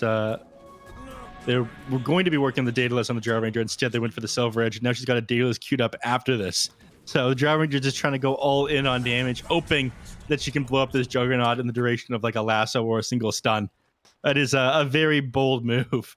I mean, I really like the Silver Edge option here because I think you needed something that gives you a little bit more... Like, it's sad that you need more survivability here because you already have, like, BKB Hurricane Pike, but Silver Edge is just so good of an item right now. Yeah. Top lane. MS pushed into the base. The break. Okay, there's your Drow damage. I'm going to force the Healing Ward, and on that, they will just disengage once again. Afraid to go high ground against YBB. Yeah. But again, it's not like they could commit the lasso for the Juggernaut there. If you'd done that, then he either gets back up with the Aegis or he gets saved by the IO who relocates out. Or, you know... Oh, OD wasn't there, I guess. Yeah. Nullifier being queued up now on the Juggernaut. That's going to be his last item. Yeah, I just saw that. I guess cancels Force Staffs and stuff like that, which are all pretty good. They've got a Ghost Scepter on Nyx Assassin. Yeah. I think they'll probably start to get Ghost Scepters on these other heroes. I wouldn't have minded the Blink Dagger pickup, though. But I guess if you buy a Blink Dagger and they buy Ghost Scepters, then you're kind of wasting an inventory slot in your cooldowns. Yeah. You're just going to rely on reload instead, I think. So, Storm, top lane, just going to try and split push out this wave here. I mean, they do get some ward vision planted here in their triangle, which is nice. It's not an easy one to deward either, since you usually are checking for the high ground spots, but I say that. Is he just gonna guess? Oh, they have a gem. Yeah, they do. Do they? Yeah, they have a gem. They have a gem on Pango. And they keep them boxed into their base. Get themselves a bigger net worth lead. 16k, continuing the growth. Drow's getting bigger though. She really wants this. Does she have the demon edge? No, she has her courier up in the corner of the map there, but doesn't have the demon edge quite yet. I'm wondering if she actually does decide to go for the Daedalus here. The Shadowblade Daedalus build? I mean, Silver Edge. You do a lot of damage with crits with marksmanship. And you do technically have a higher percentage chance to crit with 2, right? They technically can just proc independently. Yes, and if they proc at the same time, then the higher one will override the lower one. Which is Daedalus, right? Yep. It's I think it stacks diminishingly though. Yeah. Slowing back down here as we're just waiting out potentially the next Roche. His MS age is gonna expire. He has that nullifier. Queues up that swift blink like we were talking about. It is definitely the item that you have to go with this type of Juggernaut build, because you just need to be able to gap close and find like a solid Omni Slash or a solid Swift Slash. Nullifier makes it so that there's no surviving it at that point, which is really smart. Yeah. But still, I don't like how this game is slowed down to a crawl. I want to see more action. It'll happen once Roshan is back up, but maybe they'll make a play after Draw Ranger gets a Daedalus to try to catch somebody out of the base, but all the teams are playing so close together that... oh, no. What? You hate to see it. Lose Courier ended up going down. Oh, you're right. Oh, no. Yeah. The same time that he went to throw it into the shop, the OD happened to blink over there. And they're not going to be able to exit the base to grab that because there's an observer ward over here too. Like, if you want to be able to leave your base and get yourself your Daedalus, you're going to have to like wrap around to the enemy secret shop somehow and spend a lot of time outside your base. And if you die on the way over there, you're just going to lose. So this next 2.5 minutes here, you're going to be without your courier, and you're not going to be able to complete this Daedalus on the Draw Ranger. And now they're getting tier 4 neutral items on the side of Sparking Arrow game. That's one more advantage they're going to have over YBB.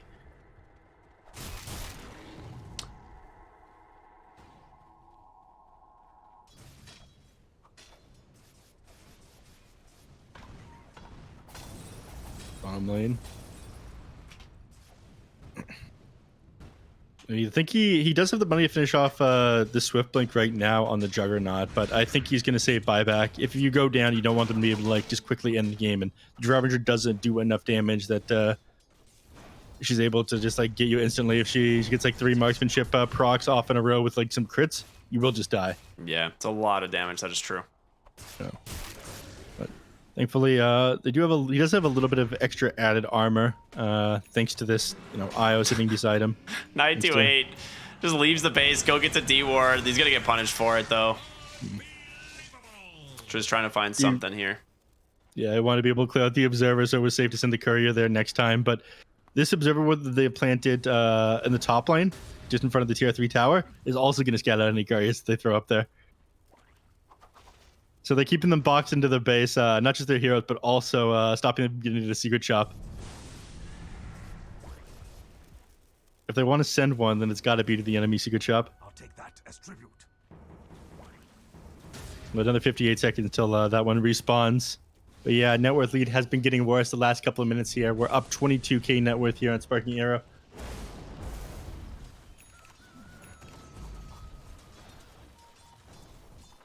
And it's going to be a fairly quick Roche respawn, only 40 seconds until it's up. And at that point, there's nothing stopping Sparking Arrow. I think they just want to close this out before the Draw Ranger is able to leave the base and get items. But they saw... They see Juggernaut in the bottom lane?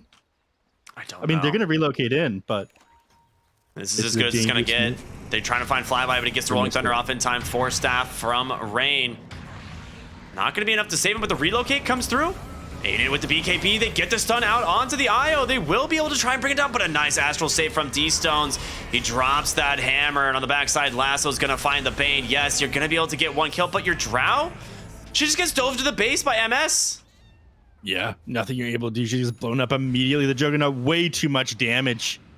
And unfortunately, no one other than the Drought Ranger is able to pump out damage themselves. I mean, Batrider, he got his Flame Break off. He lassoed the Bane to stop him from getting anybody, but that is all that they ended up doing. If Drow's not hitting anybody, then your game just falls apart.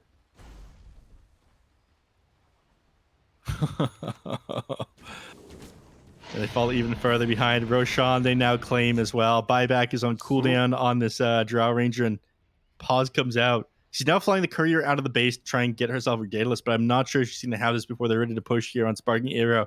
They didn't even commit Omni Slash in that last team fight. They've got Fiend's Grip available, so they could just run them down in their base here, take advantage of this Drow Ranger buyback. And MS, he's got a bone to pick with YBB after that last game. Yeah, absolutely. Looking pretty good. Aegis, Cheese. I'm just curious who they end up giving that one to. But yeah, Aghanim Scepter now free for D-Stones. Quite nice. So it wouldn't be a moment. Yeah, don't know what the issue is, but I think it'll be sorted quickly. Cheese is on the ground still. The Shogun is going to be so scary in this next team fight. I mean, we saw what he did to Drow Ranger with just like a single Swift Slash onto him. Of them immediately. Going to be even worse here, I think, to this Aghanim's Blessing. I wonder. I'm just trying to think about how they take these team fights, because again, I do think they've gone for the best option, but without this Daedalus completed on the Drow Ranger, I don't think you'd be able to blow up anybody fast enough. Yeah. We'll see how it goes. Well, one team ready to go. Waiting on the G's from Sparking Arrow here. Should be just a moment. All right. Top lane. I mean, you still got another 30 seconds on Mars's BKB. If he doesn't have that, then it's another thing that's going to cost them this next team fight. So again, I don't really see how they defend. Like, I think that it's Sparking Arrow Gaming's like they need to make some significant misplays and like go down twice in the Juggernaut or to lose this game. Man, I mean, we might get the dream what we were talking about, dude. The four-way tie, it's possible if Sparking Arrow gets this win. All right, G's are out. Back in. 33,000 gold advantage now for Sparking Arrow Gaming. Overwhelming Blink just completed on the Pangolier as well. Not only is everyone going to be destroyed by his Rolling Thunder, but also going to be slowed as he comes into the team fight. Drow trying to get her Courier down to the enemy secret shop so she can get to that Daedalus, but as of right now, no such still luck. needs a lot of gold after that buyback. Are they sending heroes up here? Why are they sending the heroes up here? Are they doing it to make sure that the Courier gets to the secret shop? I think they're just farming, right? There's nowhere for these guys to farm.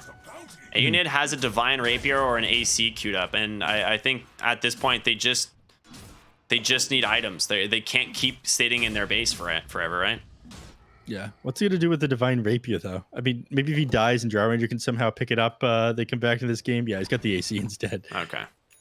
That makes a lot more sense to me as well. Yeah, it'd be a little bit too crazy. You can one-shot an IO with a Divine Rapier like God's Rebuke with the damage at 25, but that's a lot of ifs that have to go right here. They are going to scout this Batrider's Courier, though, heading top. And it's got so many items on it. Flyby will get the vision. He pops that fortification as well as the speed bonus. He gets the drive-by pickup on the Aghanim Scepter, but now he has to find a way to get it back to the base. Dude, bring our boy home. YBB, their entire game right now is microing Couriers. Oh, no. All right. He doesn't even want to bring it off of this hill here. He realized that they have like vision somewhere. They probably think that it's going to be like up on like that regular Tinker Award. Blink Hex from D-Stones. He finds the Mars here and a kill. A unit. He ended up missing the spear onto some of those melee creeps, and as a result, he wasn't able to one-shot the wave. Space made though for the Batrider Courier. Hopium. Space made for the Courier? Is that what you just said? Yeah. It was, dude. What do you mean? This is it. This is my Joker moment. All right. Okay. Juggernaut trying to move on to the high ground and put some damage on this tier 3 tower. The Drow, though, has that hypothermia, and that is a lot of damage to blink in by Flyby. Pops BKB. D-Stone's going to return with his own Fiend's Grip onto the Batrider. Drow needs to get out. The Force Staff ends up saving her. It was just the Swift Slash, though. Omni still online.